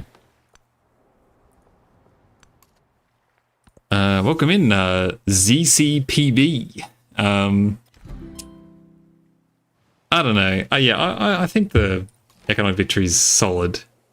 The echoes of our... I also think it's far and away the hardest victory condition under probably most games, I would say. So, at least you get to play at the modern age a bit more. It's got that going for it, I guess. We should get a guild hall in here. And this is obviously cracked. I kind of want to overbuild this one, but let's just do that. Don't tell anyone. Might use my gold to purchase some of this stuff. That's criminal what I just did with that gold. But considering the age is about to end. But it's fine. We might be able to get back up to the camp. We're really gunning for it. Sorry, my only problem with the eco victory is the banker. I don't like it. It's certainly a really bland way to finish the game, that's for sure. I don't love the banker, but I kind of like what they... Wow, look at this settling. The only thing I kind of like about the banker is that they did that whole... you know, like the better your relationship is, the cheaper the branches are to make, the World Bank branches. So again, it comes back to like you gotta have decent science, you gotta have, you know, quite a few settlements, you gotta have resource slots, and you have to have played pretty well diplomatically in theory to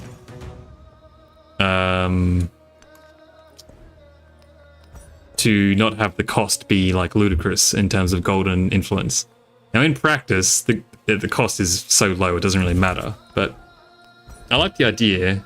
It's just really poorly done. Which is kind of like Civ 7's tagline. Still. Not a bad effort.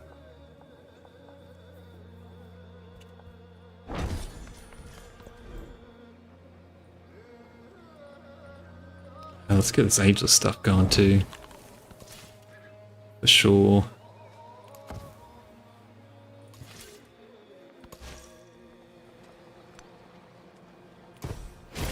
Okay, well, we ended up doing alright, actually, on the old Vulture Path. Got that finished. The banker...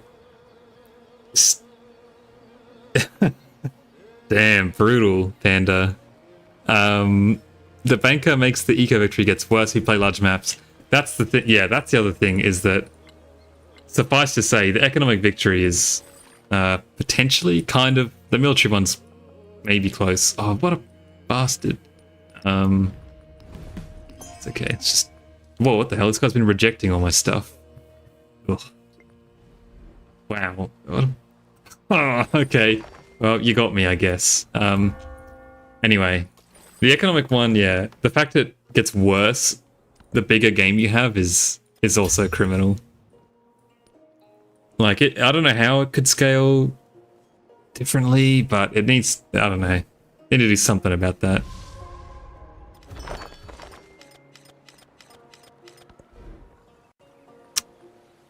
Quite a few. How many times have I been building this university? Am I crazy? I swear I was building that like 5 times. Anyway, get that down. May as well just whack a granary into get rid of that university. We think the science and military are the 2 best victories. Econ and culture need help. Best how? Best as in like you could complete them the fastest, or best as in most interesting? I did a whole video on this too, just quietly. Ages ago. I think my second or third video after the dark days finished, the news days that is. My ideas for the military victory was that I don't like right now that the fastest way to win a military victory is basically to beat up on the worst guy. So whoever's doing worst in the game, and like, you know, taking newly settled towns, that sort of thing. Like, that's the fastest military victories are just taking over like tiny little 1 population towns. Rip Tomb of Askia. So my idea was to say, like, okay, instead of 15 points, let's say it's 50 points, but you get 10 points for a capital, maybe 5 points for a city, and like 2 points for a town. That way, taking over this town isn't worth the same amount of points as taking over this capital, and would incentivize the player to tackle these, you know, capitals, rather than just farm these. Because surely a military victory is meant to be like proving your dominance, right? Not just like making sure that you don't have the second worst military in the world. Whereas right now you just need to be second worst and you can win a military victory. I don't know. That was just my idea.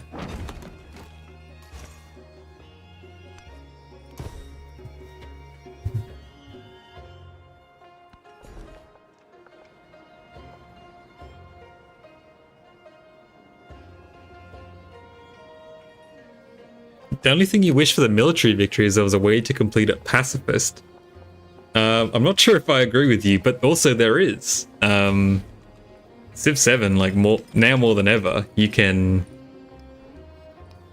take over a lot of cities by just declaring war and then piling on the diplomatic influence.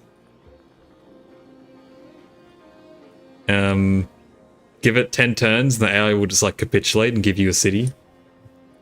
Now, that's not exactly like a great way of doing it. Like, I fully understand if you don't find that to be a satisfying diplomatic victory, but you can kind of do it.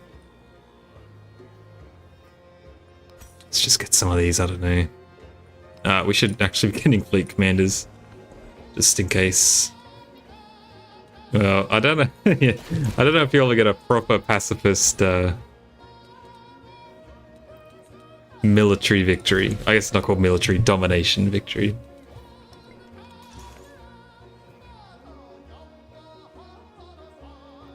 Let's go wherever.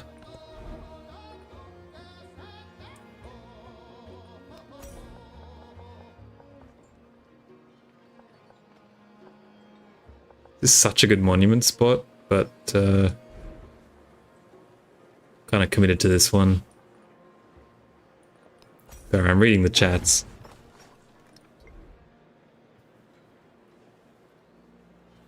Yeah, and that's the military victory is also reliant on the AI making a choice and playing well, which is never a good feeling.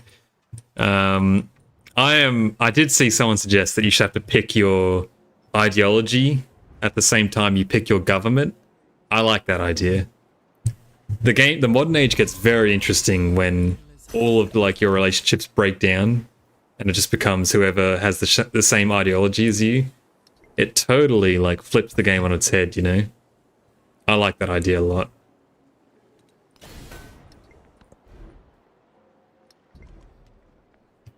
Am I actually running?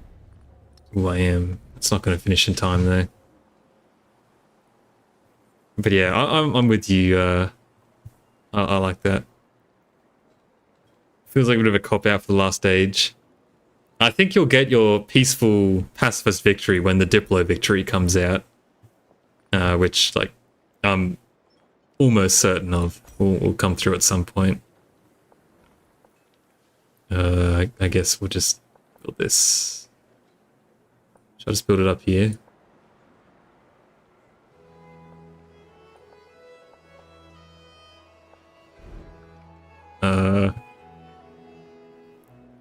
Last few turns paralysis. We should get the gristmill at least. Okay, there. So yeah, the day will come when you can get a Diplo victory. And that'll be some sort of, I assume, hopefully, integrated with World Congress somehow. A good World Congress too, none of this Civ 6 World Congress.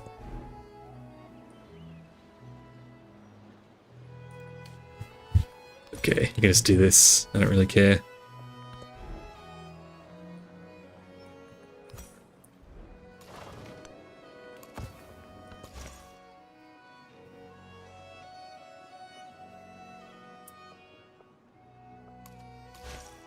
What are we... Yeah. Nice. I don't know. I think at the same time, that's kind of the point, is that you have to... At the start of the age, everyone has to select an ideology. I quite like that idea. I think it would breed a lot of conflict and friction. And I'm always talking about trying to generate more friction between players in Civ 7. The point was for it to be a pacifist domination victory specifically, because I thought the new version of Dom in Civ 7 was interesting. It was like they went back on that. Yeah, I see where you're coming from. I totally get what you're saying. So, that's fair. But, like, isn't that just more of an expansionist victory? Like, the current domination victory kind of just feels like an expansionist one, right? That feels more fitting if we're just going off, like, what they're literally called.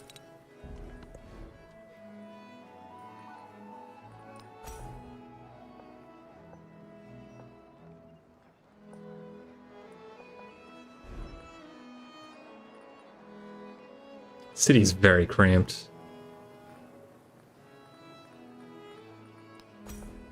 Apparently this is the only place I can build this stuff, so there you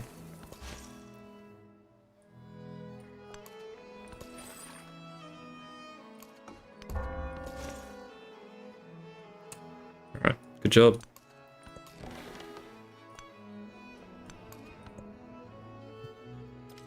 They could add puppets. Good way to keep it winning a pacifist run. You have to explain, I've never played Hearts of Iron, so how do puppets work there? Similar to puppets from like Civ 5, or... I don't know, I'm a really bad job at expanding this game too. Bit of a cramped map. At least on the mainland. I could have done a lot better in that regard, to be honest.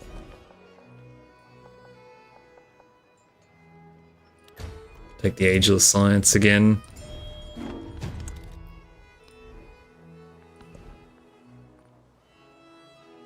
Actually would have got pretty close to that, all things considered. Alright, got our two little fleet commanders that can chill there. You did manage to get up to the gold cap as well, which was nice. Speaking of, a little zero turn there for no reason.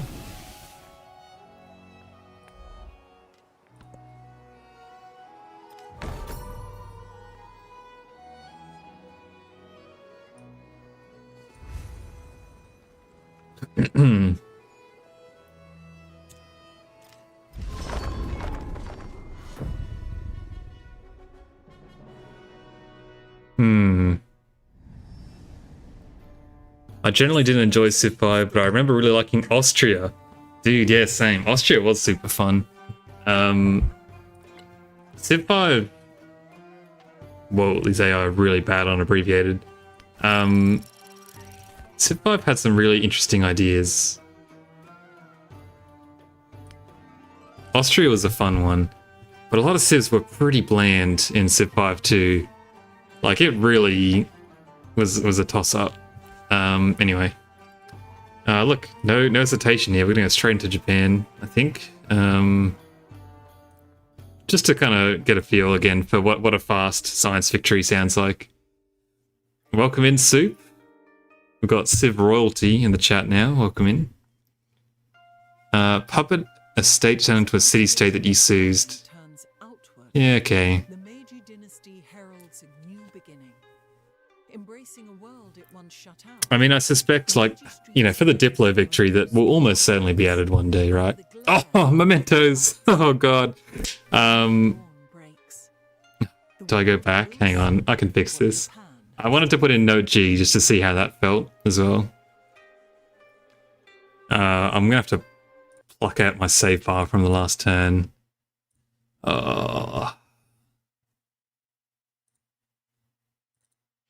Where is this thing stored again? It's probably in Steam apps, right? You're all no sound right now. I could appreciate that. No, it's not. Games or something, I think. Something weird. My games.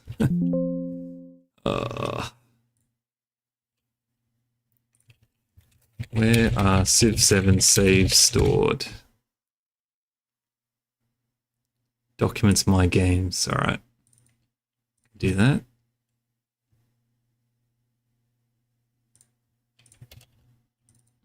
Do the young'uns know how to do this? Do the young'uns know how to navigate a file tree? Apparently not, what I hear. Okay. 2 seconds, we'll salvage this. Hang on. In the meantime, don't forget to donate to Gamers Outreach for an excellent cause.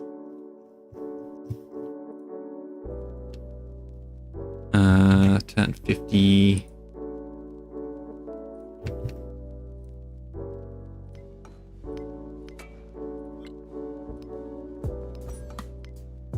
Alright.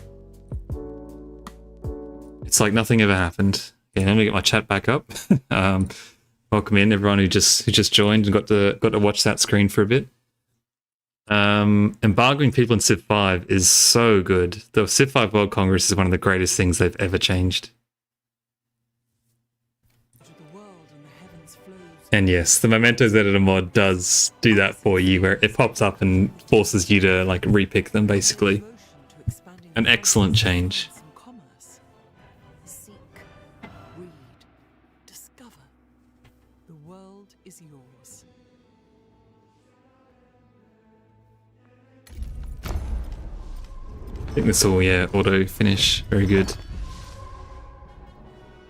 I probably could have done a lot more with this end as well. Just like kind of rushing a little bit. This is where, to be honest, for me, having a turn time I actually quite like, because I can tell you other people are a lot slower than me generally. People are really slow in multiplayer, in my experience. So I always like finish my turn and then I go and look around my empire for what to do. And I always find stuff. Oh, I don't have the thing on. Okay, hang on. Hang on. Oh, this is going to be painful.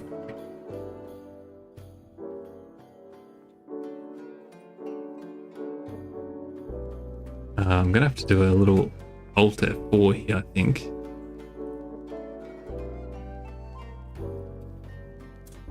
That's going to be the fastest way out of this situation. Okay.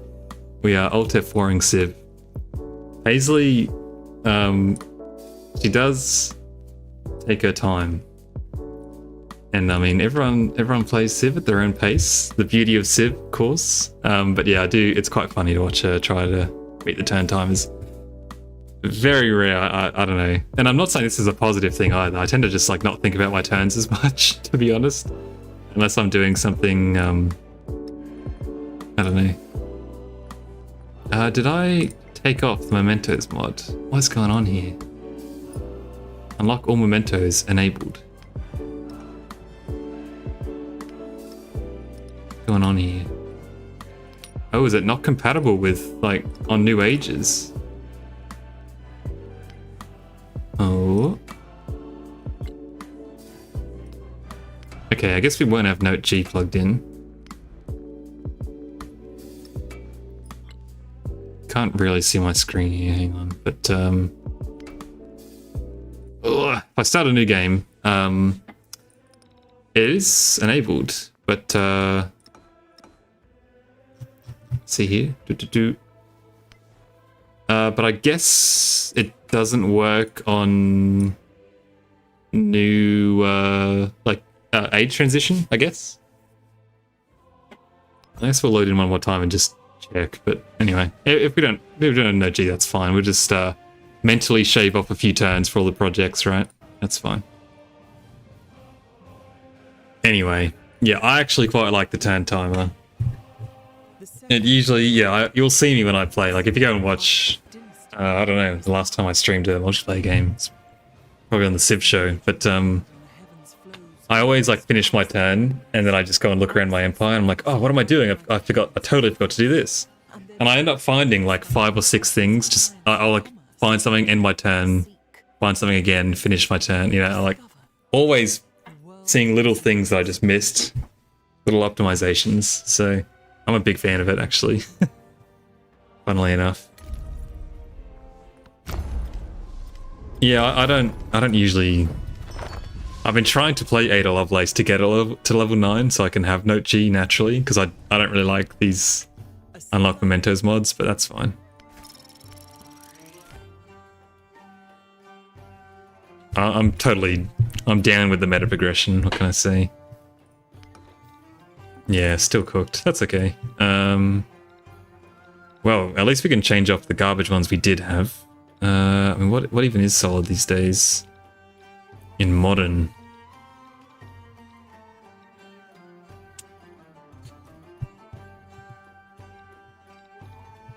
As fair, Panda. A small empire is a happy empire. Brush and Scroll is probably a decent one. I'll put that in for now while we're going through here. Science per great work would be good, but it's terrible. 2%.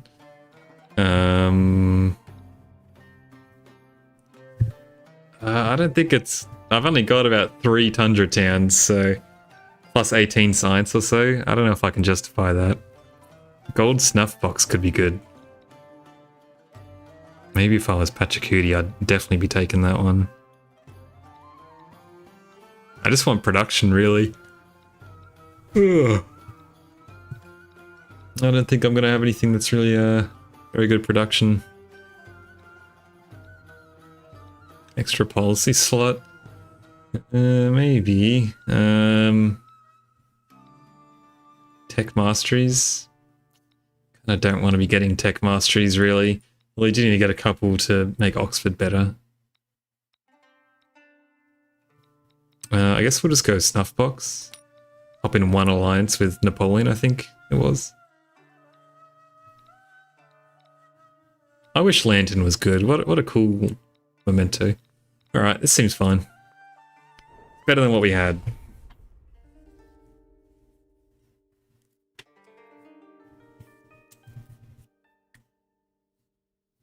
As isolated Japan turns outward, the Meiji dynasty heralds a new beginning. Embracing a world it once shut out, the Meiji streets blend... Which one's Satchel? Top hats, under the glare Satchel. of electric lights.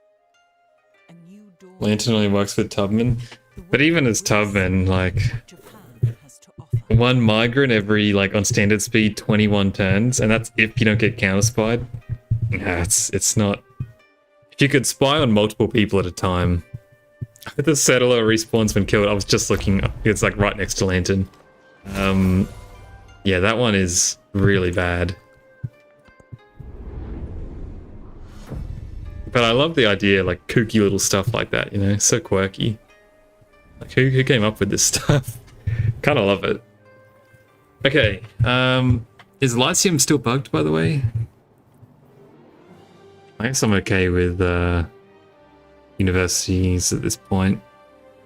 This could actually be decent too. 15% science. We don't care about culture. We'll just grab one expansion point, I'd say. Unless I think I'm actually 2 off from... I've got enough zeal, I think, to be honest with you. It's fine. Although this is literally just 25% to settlers, unless I take the wild card point.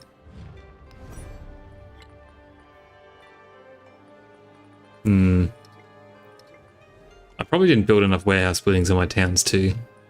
Side note, thinking out loud here. Especially with Absid.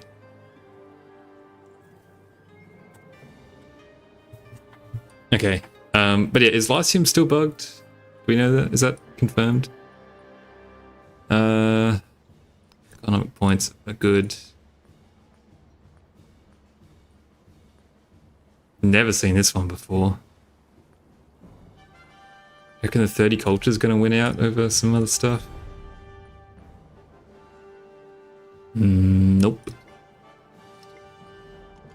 Don't believe it is. I think I'll just go for this one. 10% science, not bad.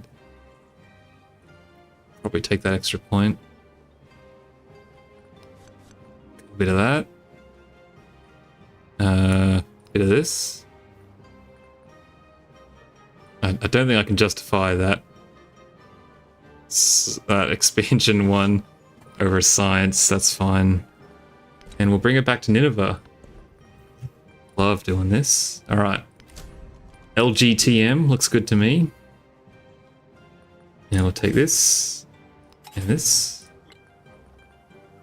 I don't think this is going to come into play, to be honest. So, I mean, happiness is fake, but I guess I'll take it. Bit of this. We will eventually get an alliance at least, so do that. Science on quarter, probably. Yep. We need to... I think you were the one that was pretty chill with most people. Kinda, yeah.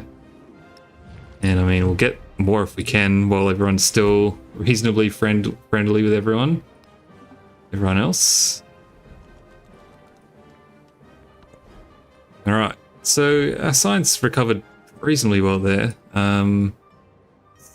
So few settlements. If we play a standard map size, this is what the Civ Give's going to be like, to be honest. Why are these people hostile, by the way? I did befriend them last time. I'm a fan of Stately Quadrile when you're actually able to play a full Modern Age game. I can see that. So much stuff in Modern would be good if it was a full age. Okay. Merchant. Merchant. Merchant. Oh, nice one. Jishi. I don't know. Stick to these resort towns, I suppose. They do get quite good, quite tasty come this age. I think I'm gonna have to make a ton of cities as well. I usually wouldn't have this many. That, you know, I probably should have made... That was a mistake. I should have made Waset an urban center. Just so it keeps the specialist bonuses, but I don't want to... I should have kept under 3 cities. That's my bad.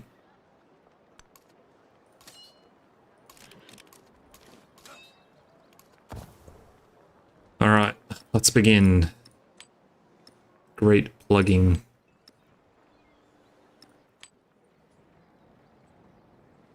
You can have a little happiness. Not gonna worry too much about where these all go specifically. I think that's roughly fine. Wish you could set it to be a score victory only without turning off the Modern Age Legacy Pass. I want to get my points for going down the Dom Pass, but I don't want to be able to win from it. I'm surprised you can't do that right now with the options, to be honest. Academics. Alright, now some of these Meji ones are actually pretty decent. Suffice to say that specialist one's solid. But it's only these 2 we ever care about. Possibly just this one, actually. No, social question's good too. Maybe I'll go social question first, to be honest. Yeah. All about science. Alright. 787. All the plane fans out there. And we'll put everyone back in Tokyo as well.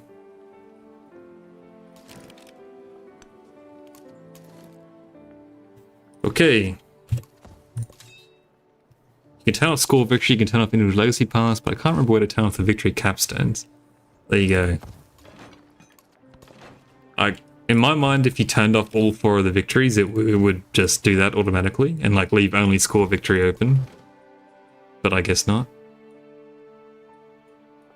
Let's go in there, that's fine. Worry about it, everyone. You're new. You are definitely new. Bali. Denpasar. Alright. Hopefully enough of these merchants finish next turn, we can get on our universities. And yep, all over it, Graham. I got my resources in this time. Not quite all of them, because I can't be bothered moving these around, but close enough. Cultural exchange, I will not worry about supporting.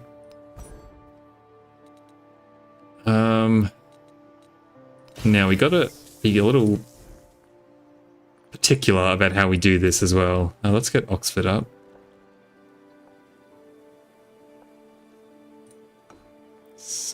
Yeah, we need to make sure we have one flat spot as well for our launch pad.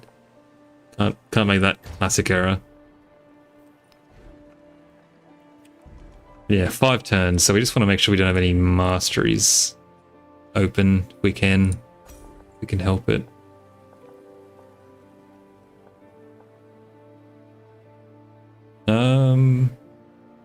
Let's finish that off. Definitely take the science.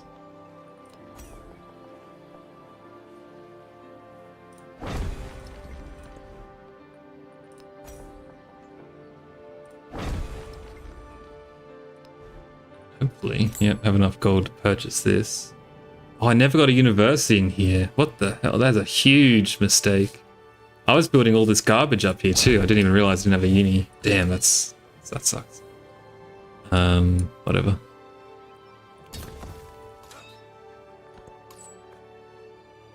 It would, but he wouldn't be able to score science, economic points. It would make the legacy pass grey. Alright, so I'm expecting a turn 12 victory. You know, I don't think it's going to be anywhere near as fast as that, in a way. It's kind of funny, even on this speed, I won't match what I did on the other game. My empire is so unoptimized. But I'll see how we go, for sure. I mean, no, this matters too much. Let's get these dinky little resources. I mean, I'm literally never going to plug these in. Oh, you never know, I might. Factory. Okay, well, there's a bit of an excess of trade routes there. Put these bad boys in. Everyone's very happy. Oh, I never specialized you guys. As well. A mistake. Man, by the way, did you see Shamal? He got a turn 9, by the way. Turn 9 science victory. So much micro involved in that, but that man has a mind of steel to be able to push through that challenge. But yeah, turn 9 is the new time to beat, which is pretty crazy. But excellent stuff from him.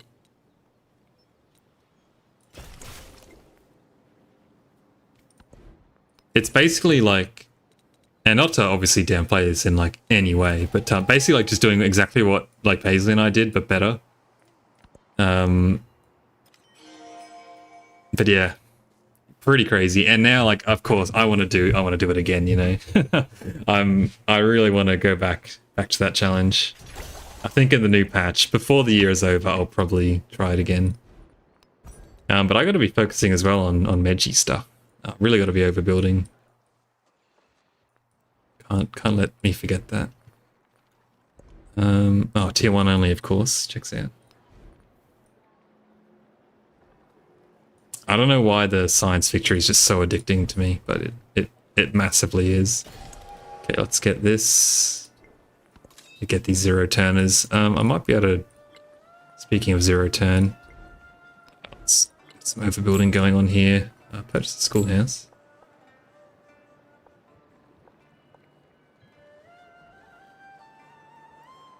Overbuild, yeah, all over it. Science Victory, it's so simple in its goal. And that's what makes it, because Civ 7, it only works, Civ 7 is so flexible. And there's just so many things you can do in this game. And that's why it works so well.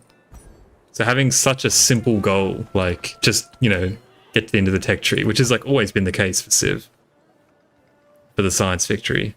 It just works so well in Civ 7. I didn't specialize you guys either. What am I doing? Okay, 2 turns there. So I guess we'll get the mastery.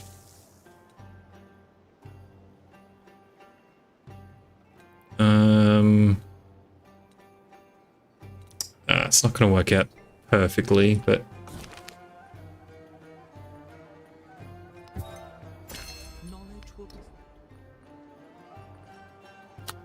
I'd really like another policy slot, to be honest, but I wish I knew how much this was giving me. Probably this is better. Okay, we do want to get that eventually. I think I'm going to go for civil engineering for the overbuilding.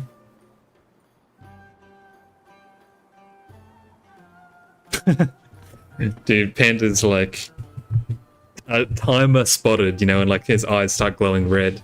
I can see the light year thing wasn't great.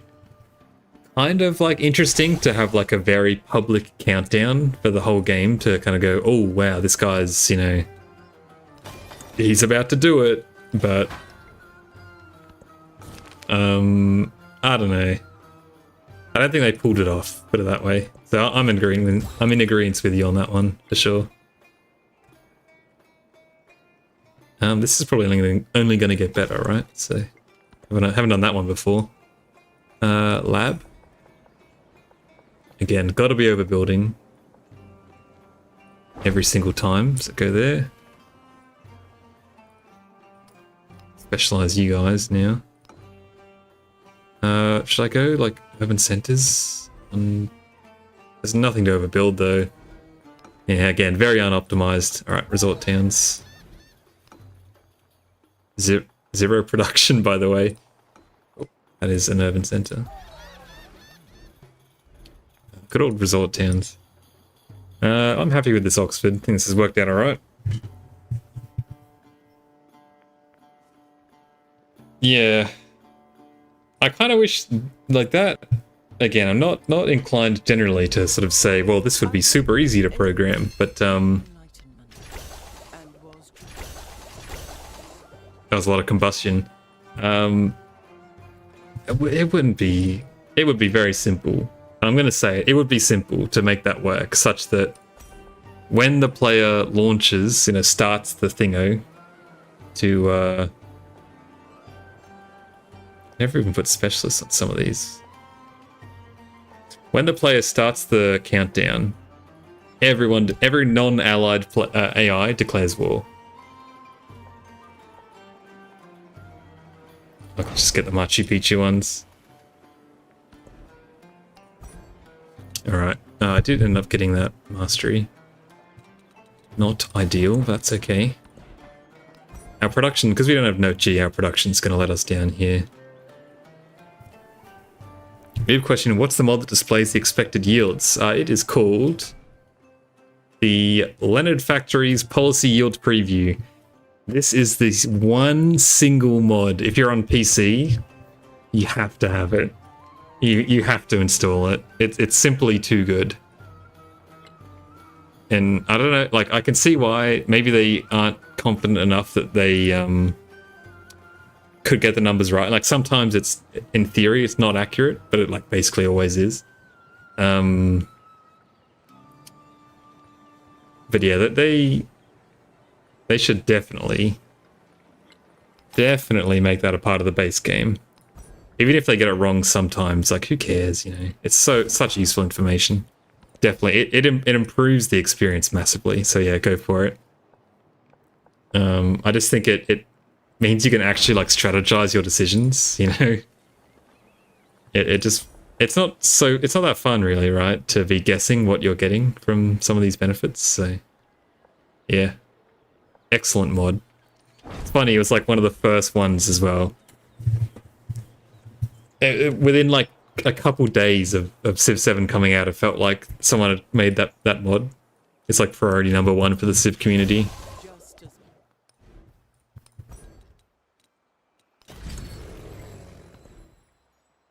Yeah, I know. Novel concept, right? I think the overbuilding's gonna be better. I kind of want to friend Barley here just to get them out of my face. Also, I should be doing espionage, which does leave me with enough, although there is some over here. No. Nothing of value. It's such a bad job. Like, scouting, trash. Settling, trash. I've done a piss poor job in a lot of areas this game. Alright, good luck. With Schiller. Yeah, I think it doesn't work on like the strategic allies stuff, right? Or like not very accurate. Yeah, the +1 from warehouse buildings, which is funny because that's the universal bonus, right? It's meant to be like the kind of weak one that everyone can pick as a fallback. Inexplicably the strongest.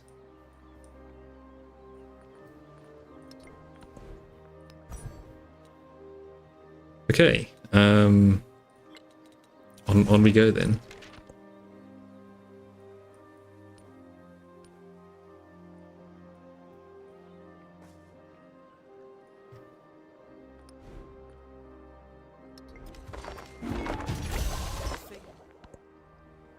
Boolean stealing, that's fine.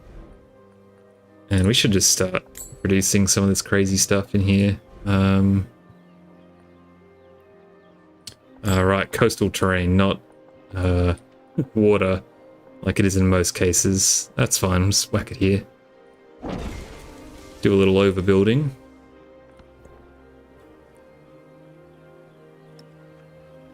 You are now just barely happy, so you can have that.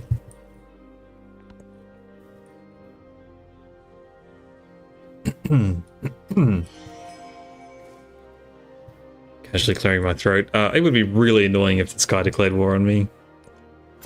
So, please don't. Please don't do that. Okay. This is where we turn our brain off and we click on the end there and we send it. This is kind of annoying that it's not going to give me many much adjacency. Overbuilding. Yep. Keep on reminding me. How do you still have a blind spot south of your capital? Listen, we don't talk about the southern lands. We don't talk about what goes on down there is none of my business. All right. That's all fine.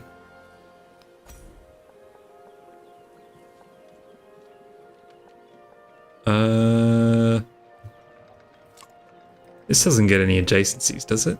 No. Okay, go there.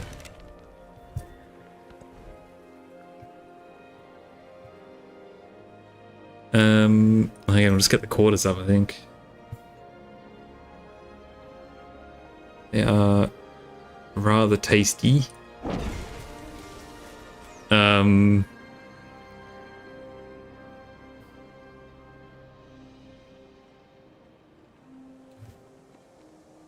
What was I just looking for? Anyway, yes, over artifacts from overbuilding. I was like losing my mind on that. You'll probably remember. I assume you were there, Panda. Maybe you weren't. But when Paisley was trying to like figure out, and she was testing all these theories that people had like sent in. It was like, I don't know, like Frasier or something. Just like everyone was calling in and being like, "Oh no, I played a game and I got an artifact every time from like X, and it was like some ridiculous thing. And every single one was like wrong, and like it's just like classic confirmation bias. Oh my god, someone just donated money. Who is this? Ray62. Thank you very much for the $25. That is very generous of you. Over to Civ Give. That is really good stuff. Thank you very much for that. Very much appreciated. Very generous. A great cause. Let me know if you want me to, name one of my cities or something after you. But thank you for that. But yeah, that stream was crazy. Yeah, it has to be on the side of a battle. And I get like the text reads like, oh, this is the side of an ancient battle, like the game is very misleading with it, but there's no way. Come on, like at some point we have to accept it's just random. it's definitely just random, but everyone had a theory, Oh, it was it's 100% like happiness. What was it? What was the original? A temple that had a relic in it in exploration. And it just wasn't. It's just a straight up lie.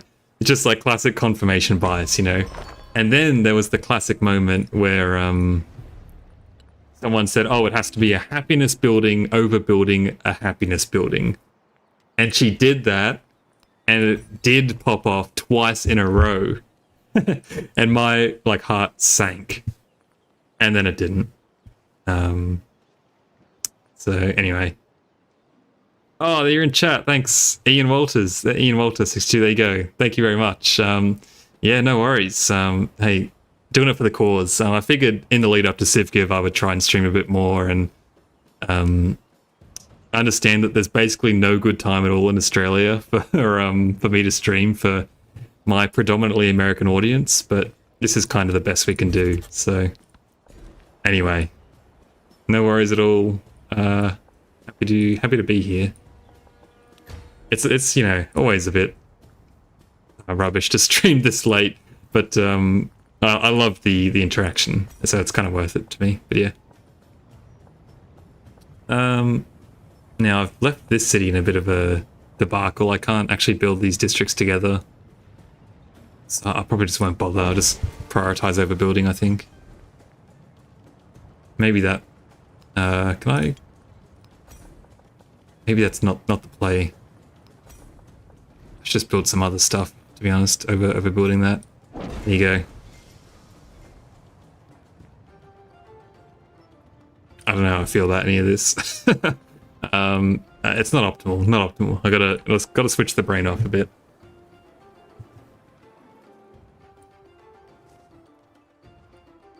At least you get the city-states really fast, huh? Should probably go for Marrakesh as well. Gold is very good. Gold is power. Oh, this is 12 science now. Very nice.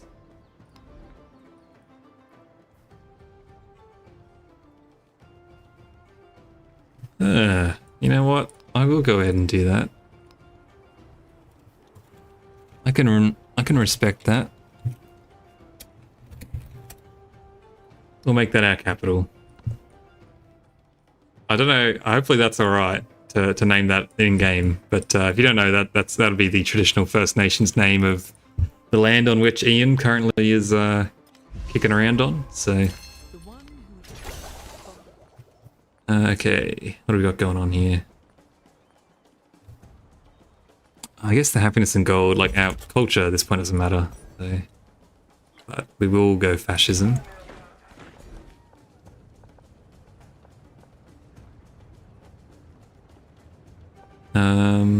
Yeah, keep prioritizing the science. And we'll purchase this now. Yep.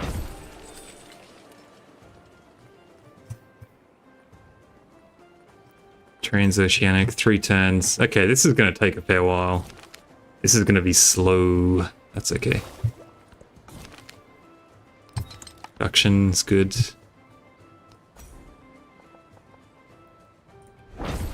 Keep building over there. More production, and you can have some culture, that's fine. Need to get the factory down here too. I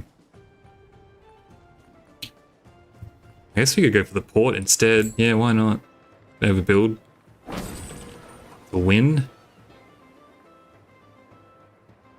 Remember when I looked in the Civ 7 wiki for information on the Great Works stuff, realized immediately it wasn't trustworthy because it says you gain them from conquering settlements that house Great Works. Yeah, that's like a Wikipedia moment that like your teacher would tell you about, you know.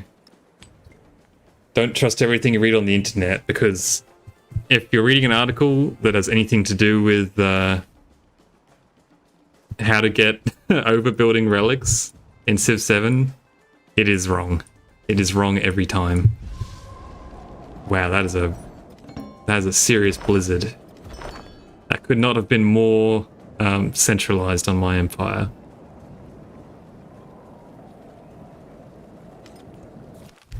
It's not very nice.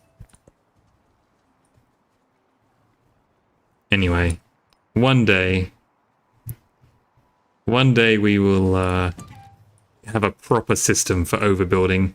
Because I actually really like the idea, to be honest. I think it's a good idea to have kind of an alternate way to what am I going for here? Probably can't do this though. I can't even overbuild there. Oh, I always do this. I don't build enough junk in the previous age.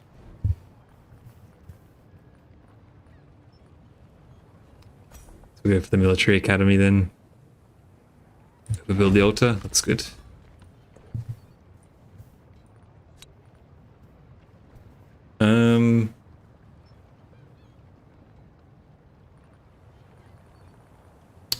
+4 science. Very good. Once this moves on, I'll repair, but this thing's gonna rip through my empire. Wow. I've never seen a natural disaster be this aggressive. What's the repair cost, you reckon? 1,000 gold. I don't even know if that's worth it, but it feels worth it. It's not even done either. Still going. Damn. Look at the food in production. I guess so. Celebration. That'll get done next turn. Nice one. Okay. Imported's fine. Settlement limit is terrible, but that's fine.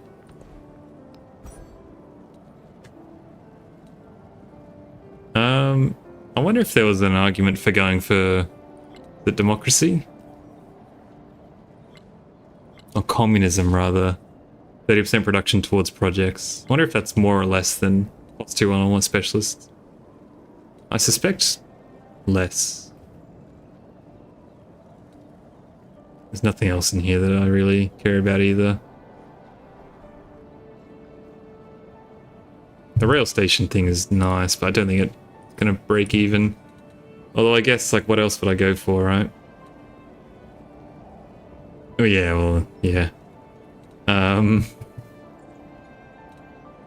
You know what? I guess we'll go down fascism in case we end up needing that. All this is useless now, so. But I should plug this in.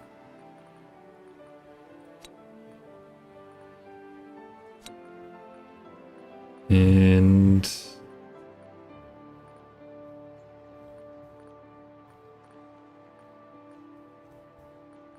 guess I'll wait till next time. I'll get another slot. That's fine. You can all just dig in. Cool. Yeah, this is slow. Wow. Gotta go call me comrade. If I'm Confucius or Pachacuti, fascism always. That's definitely fair. I've only got 12. Oh, that's actually quite a... I've got 12 in the capital. 24 production. Potentially a mistake. But it will get better over time, I guess. 2 turns for the sound barrier, actually. That's... Why is that quicker than the last one? I guess our production is going up a lot. Okay, it's a bit of science there. Note that we didn't go Maya in the Antiquity Age as well, so We're totally raw dogging this production. Oh, look, we can get Zeal in the end too. Some of these guys. I guess we'll shift everyone over then.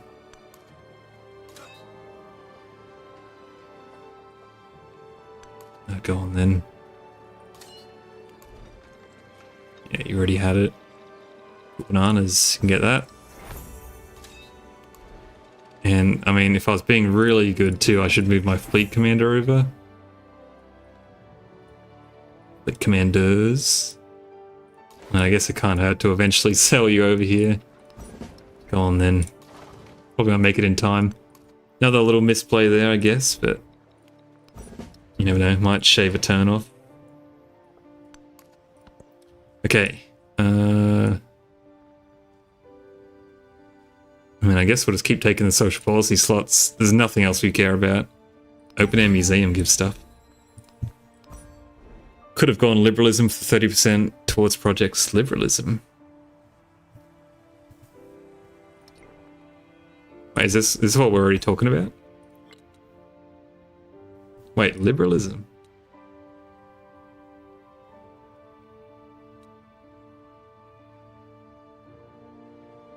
Democracy. Huh? Huh? I think you might be getting mixed up with socialism. I think you're talking about yeah, communism slash socialism. Anyway.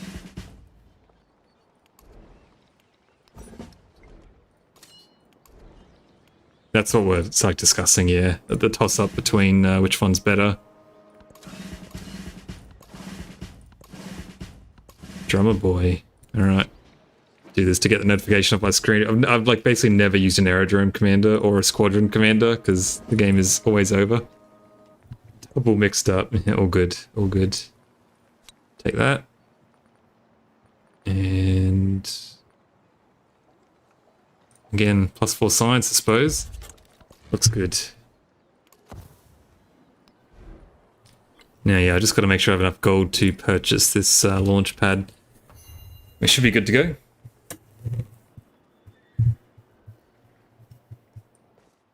We'll never explore what's down here. Imagine there's a wonder down here, by the way. The problem was I can't sell anywhere. There's no settle locations. I won't be doing that, actually. And you know what? Gang, Xerxes, reconcile with me.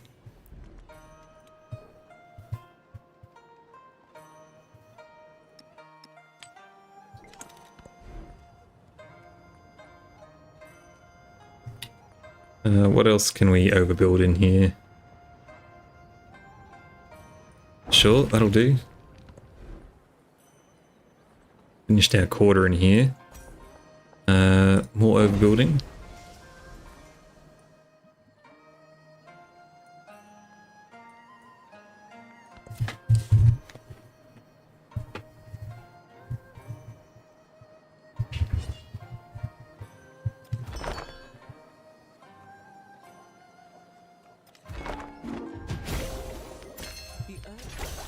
The milestone there. Okay, so I'm not wrong. Like, what are we looking like? Oh, that's...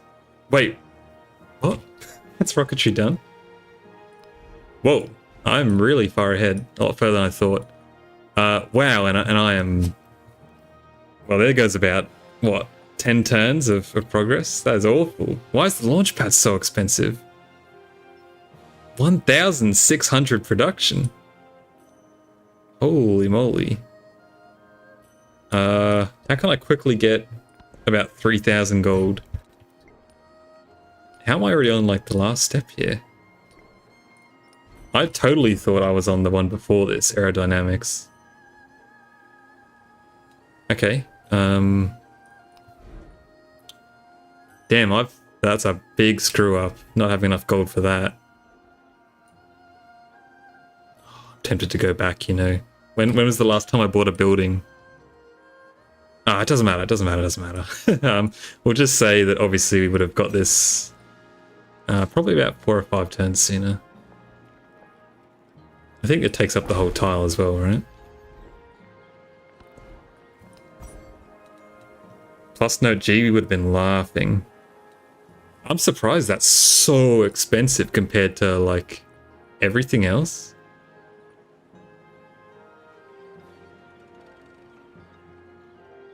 And why does it take 6 turns? I don't know. Anyway, yeah. Anyway, that's crazy. Anyway, let's keep moving. I hate unoptimized gameplay. Drives me up the wall. Anyway, we can do, probably need like 2 turns, and then we can purchase it with gold. Yeah, it should work out alright. So 2 turn delay.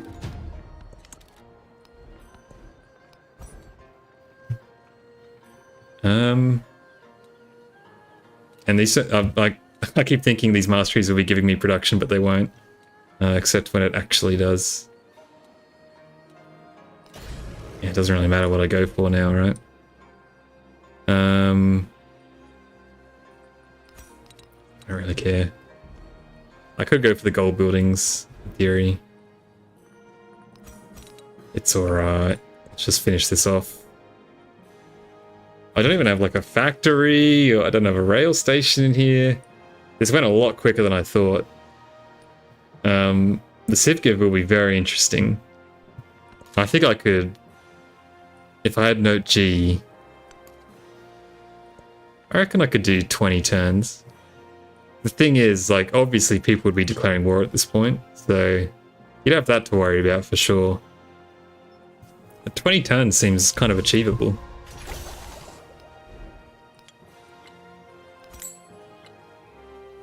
That's true, actually. Note G probably will get banned.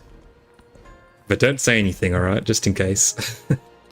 The thing is, as I understand it, and I've confirmed this with the fellas over at the Civ Give. It looks like we'll just ban 2 mementos at the start of the age, right? So you can't like pick 2 new ones every age. Meaning that, like, you know, if you ban Note G, like Note G is pretty trash for antiquity, and it's not great in exploration. It's still pretty good in exploration, but like it's really a modern age ban. So will people have the foresight? Maybe. Probably. But again, keep in mind, we're dealing with a lot of people that don't play Civ 7.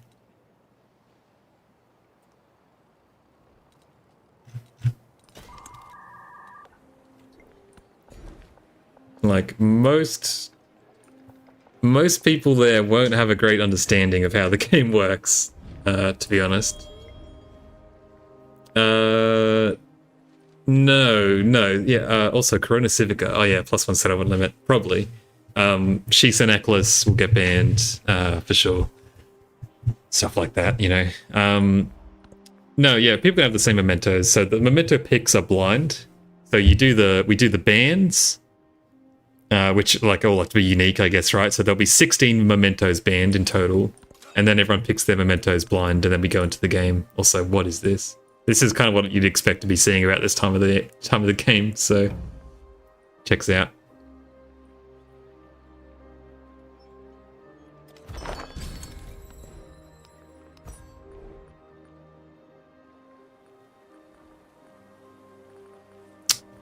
None of this matters.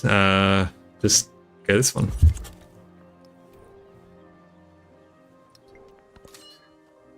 Stealing candy from a baby. GA to not ban Note G and everyone declaring war on the Japan player. I think that's the thing. Whoever gets Japan, I mean, I think everyone's going to be going for a science victory, right? Well, actually, military victory. Everyone will be pseudo playing a culture victory because everyone will be trying to stop a culture victory from happening. And then, what even is the last one? Economic. I don't think economic's going to happen. So, I think your options are definitely 4 turns. There you go. Turn 29. Oh my god. Sorry for blowing your ears out. There she goes. Yeah, economics not going to happen. And you know what the worst part of this is, by the way? Because of the ticker and also, like, 14 turns to get the World Bank. 14 turns on abbreviated is like half the age, so that's not going to happen. The worst part of the Civ give is that, and this is like, again, back to ranting, because we're playing on abbreviated, like, I assume, you know, Civ give's a pretty big deal, I guess, like, at least within the Civ community. And we're going to be playing on, like, abbreviated ages, online speed, and, like, you're going to have a bunch of people in the Civ community being like, you know what, I hate Civ 7, but let's give it a look. Let's see what Civ 7's like these days. And they're going to watch and see that, like, every 40 turns, everyone's progress just keeps getting reset. They're like super jarring on this mode. Like, it's like Crisis, Age Ends, New Civ, Crisis. The game is going to look so jarring, I think, to like people who don't really love the concept. And they're like, let's check it out. And it just looks like a complete mess. You know, if you're going to make the game look good, in my opinion, you'd say, look, it's not that different, you know? Look, long ages, you know, long ages with like heaps of time, like there's hundreds of turns, like the transitions are really slow.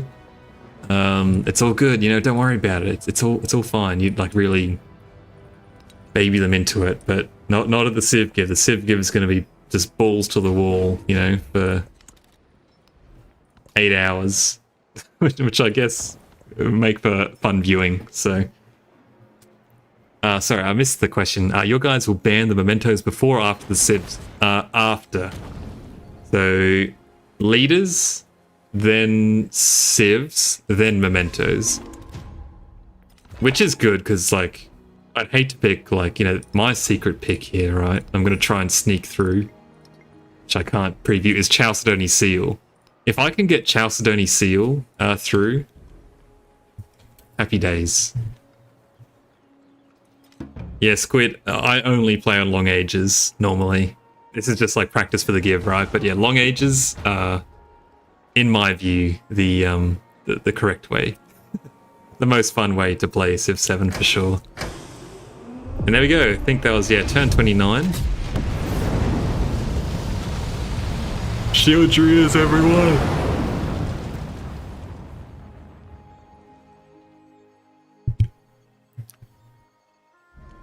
Yeah, I think so. Someone like did all the maths, and with I think it was a 2-minute turn timer. You know, 2 minutes times like 50 turns, that's 100 minutes, and then maybe, you know, 50 turns for Explo, another 100 minutes, and then maybe 30 or 40 turns for Modern. That's, you know, another hour there, plus all the breaks, and like the interviews, like Paisley's doing an interview with one of the historians. So about that, I think, yeah, 7 or 8 hours. And welcome in Beckers. You've just come in right at the end here when we're finishing up. So yeah, we got a turn 29 victory. Oh, did I miss the one more turn button, by the way? I think I did. Yeah, turn 29. Look, that felt pretty good. Modern Age really is a blitz, as expected. You know, pretty typical for science. As isolated turns outward, the Meiji dynasty heralds a new The beginning. Muggles. Embracing the world it once shut out. Yeah, as always with a science victory, it's production that really is gating you. So that was good. It felt good to get that under my fingertips. I'm going to try and like just play nothing but this speed until the give to really become accustomed to it. But that felt pretty solid. You wouldn't be winning a science. The other thing about a culture victory is because, like, you know, abbreviated online speed. Oh god. Sorry again, everyone. Obviously, it halves the production cost of, and halves the production cost, like the tech cost, everything for all the techs and buildings and whatnot. But it doesn't halve the, time it takes to move to an artifact. So explorers, which also just recently got nerfed, their movement. Here we go. Explorers will move around the map really slow. Like, there's no way you could even get 15 artifacts, I think, in time. The explorers are just way too slow. Interesting map. We can finally see what was to the south of us. There was an island down here. Whoa. That was the forbidden crabs. So yeah, science is going to be the way to go. I think it's kind of that and military, the only ones. Now, however, yes, ZCPB. I had that thought. I know that Friedrich, the culture Friedrich, is quite good at winning a culture victory in the modern age, but it doesn't play into my strengths, which is, city planning, chill gameplay. I don't know. I think it's if like 7 really good leaders get taken and all that's left is Friedrich, it's an option. It's an option.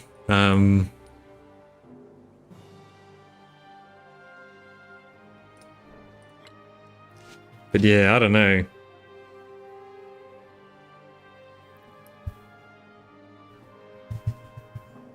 And yeah, it is 15. And then you have to build the World's Fair as well. So, oof, it's rough. It's a set turn timer because I think dynamic gets way too long, way too quick. If you remember way back from that game we played ages ago, Becca's, like as soon as someone declares war, it shot up to like 5 minutes or something crazy.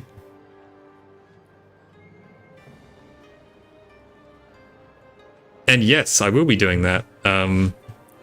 Yeah, I think for future games I'll put the turn timer on. Bit odd to like put it on single player because I'll be reading the chat as well. But yeah, I'll do that for future games. But all in all, I tell you what, the modern age wasn't as bad as I expected it to be. I mean, modern age is always such a sprint, right? And I guess this puts into perspective how fast like a turn 9 science victory by Shamal is.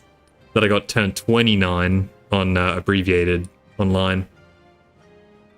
Anyway, good stuff. So yeah, well, this concludes week 1 of CivGiv prep. I feel pretty comfortable at doing antiquity so every Thursday I'll do antiquity and then every Saturday exploration, finish off modern. That feels like a good schedule, so I can do 1 game a week. Which only leaves me 2 more games, actually, mind you. So just over 2 weeks to go. You get the artifacts from Wonders quick and go to war soon. The other thing is, I think culture is generally a lot easier to get than science. See, if I went Ming, for example, Great Wall spam, with Chalcedony Seal and in the Dream World, Green Xerxes, you could really go hard on culture, but I don't know, I think it's a dead-end victory condition. Oh yeah, if you're going Friedrich, you can't go Xerxes, obviously, so, but Chalcedony Seal still with all the walls. I don't know. I just think if a relic is like 10 tiles away, and I also won't have many cities, right? I can't spread out so much on this because I don't have the time to settle everywhere. No, I've convinced myself culture is not it. Watch someone win a culture victory now, having me said this, like coming up with some cracked strategy. I think Friedrich is the only way you could do it. And even then, like, if you're taking over that many cities, you might just be pretty close to ideology, because you'd have really good culture as well. Anyway, food for thought, but thanks everyone for tuning in. I'll call it there. I guess I'll, reminder, obviously, we've got one very generous donation in tonight from Mr. RayJ62. Donating towards Gamers Outreach, the Civ Give 2025, donating money towards the Gamers Outreach Foundation, which I guess support kids in hospitals, sick kids in hospitals. So if you have the funds, and only if you have the capability to give, feel free. The QR code's on the screen there. I'll go ahead and let's whack this in. Where are we? There it is on the Twitch chat, and here it is on the YouTube chat. That's my link to donate. That's QR code on screen. Otherwise, it's in the YouTube description and all that good stuff. But thank you very much to everyone for tuning in. We'll call it there. And thank you, Becca. Thank you very much. Don't underestimate how short that time I feel in modern. Yeah, I do think that turn 1, at least, the time is disabled, which, like, thank God, because specializing all your cities and stuff takes forever, all the resources. But yes, I'll be practicing. I probably won't have the time to do a multiplayer game proper, although maybe, I don't know, I could reach out to my Discord. We could get a multiplayer game going. But yeah, we'll do. Thanks for the offer. We'll see how we go. But next time I'll put a turn timer on at least and see how we go. Modern, you're right, it can creep up on you for sure. And I'm very slow. When it comes to war, I'm very slow. Anyway, thank you very much for tuning in, everyone. And I will see you all next time. This is a really fun game. So thanks for hanging out. See you later.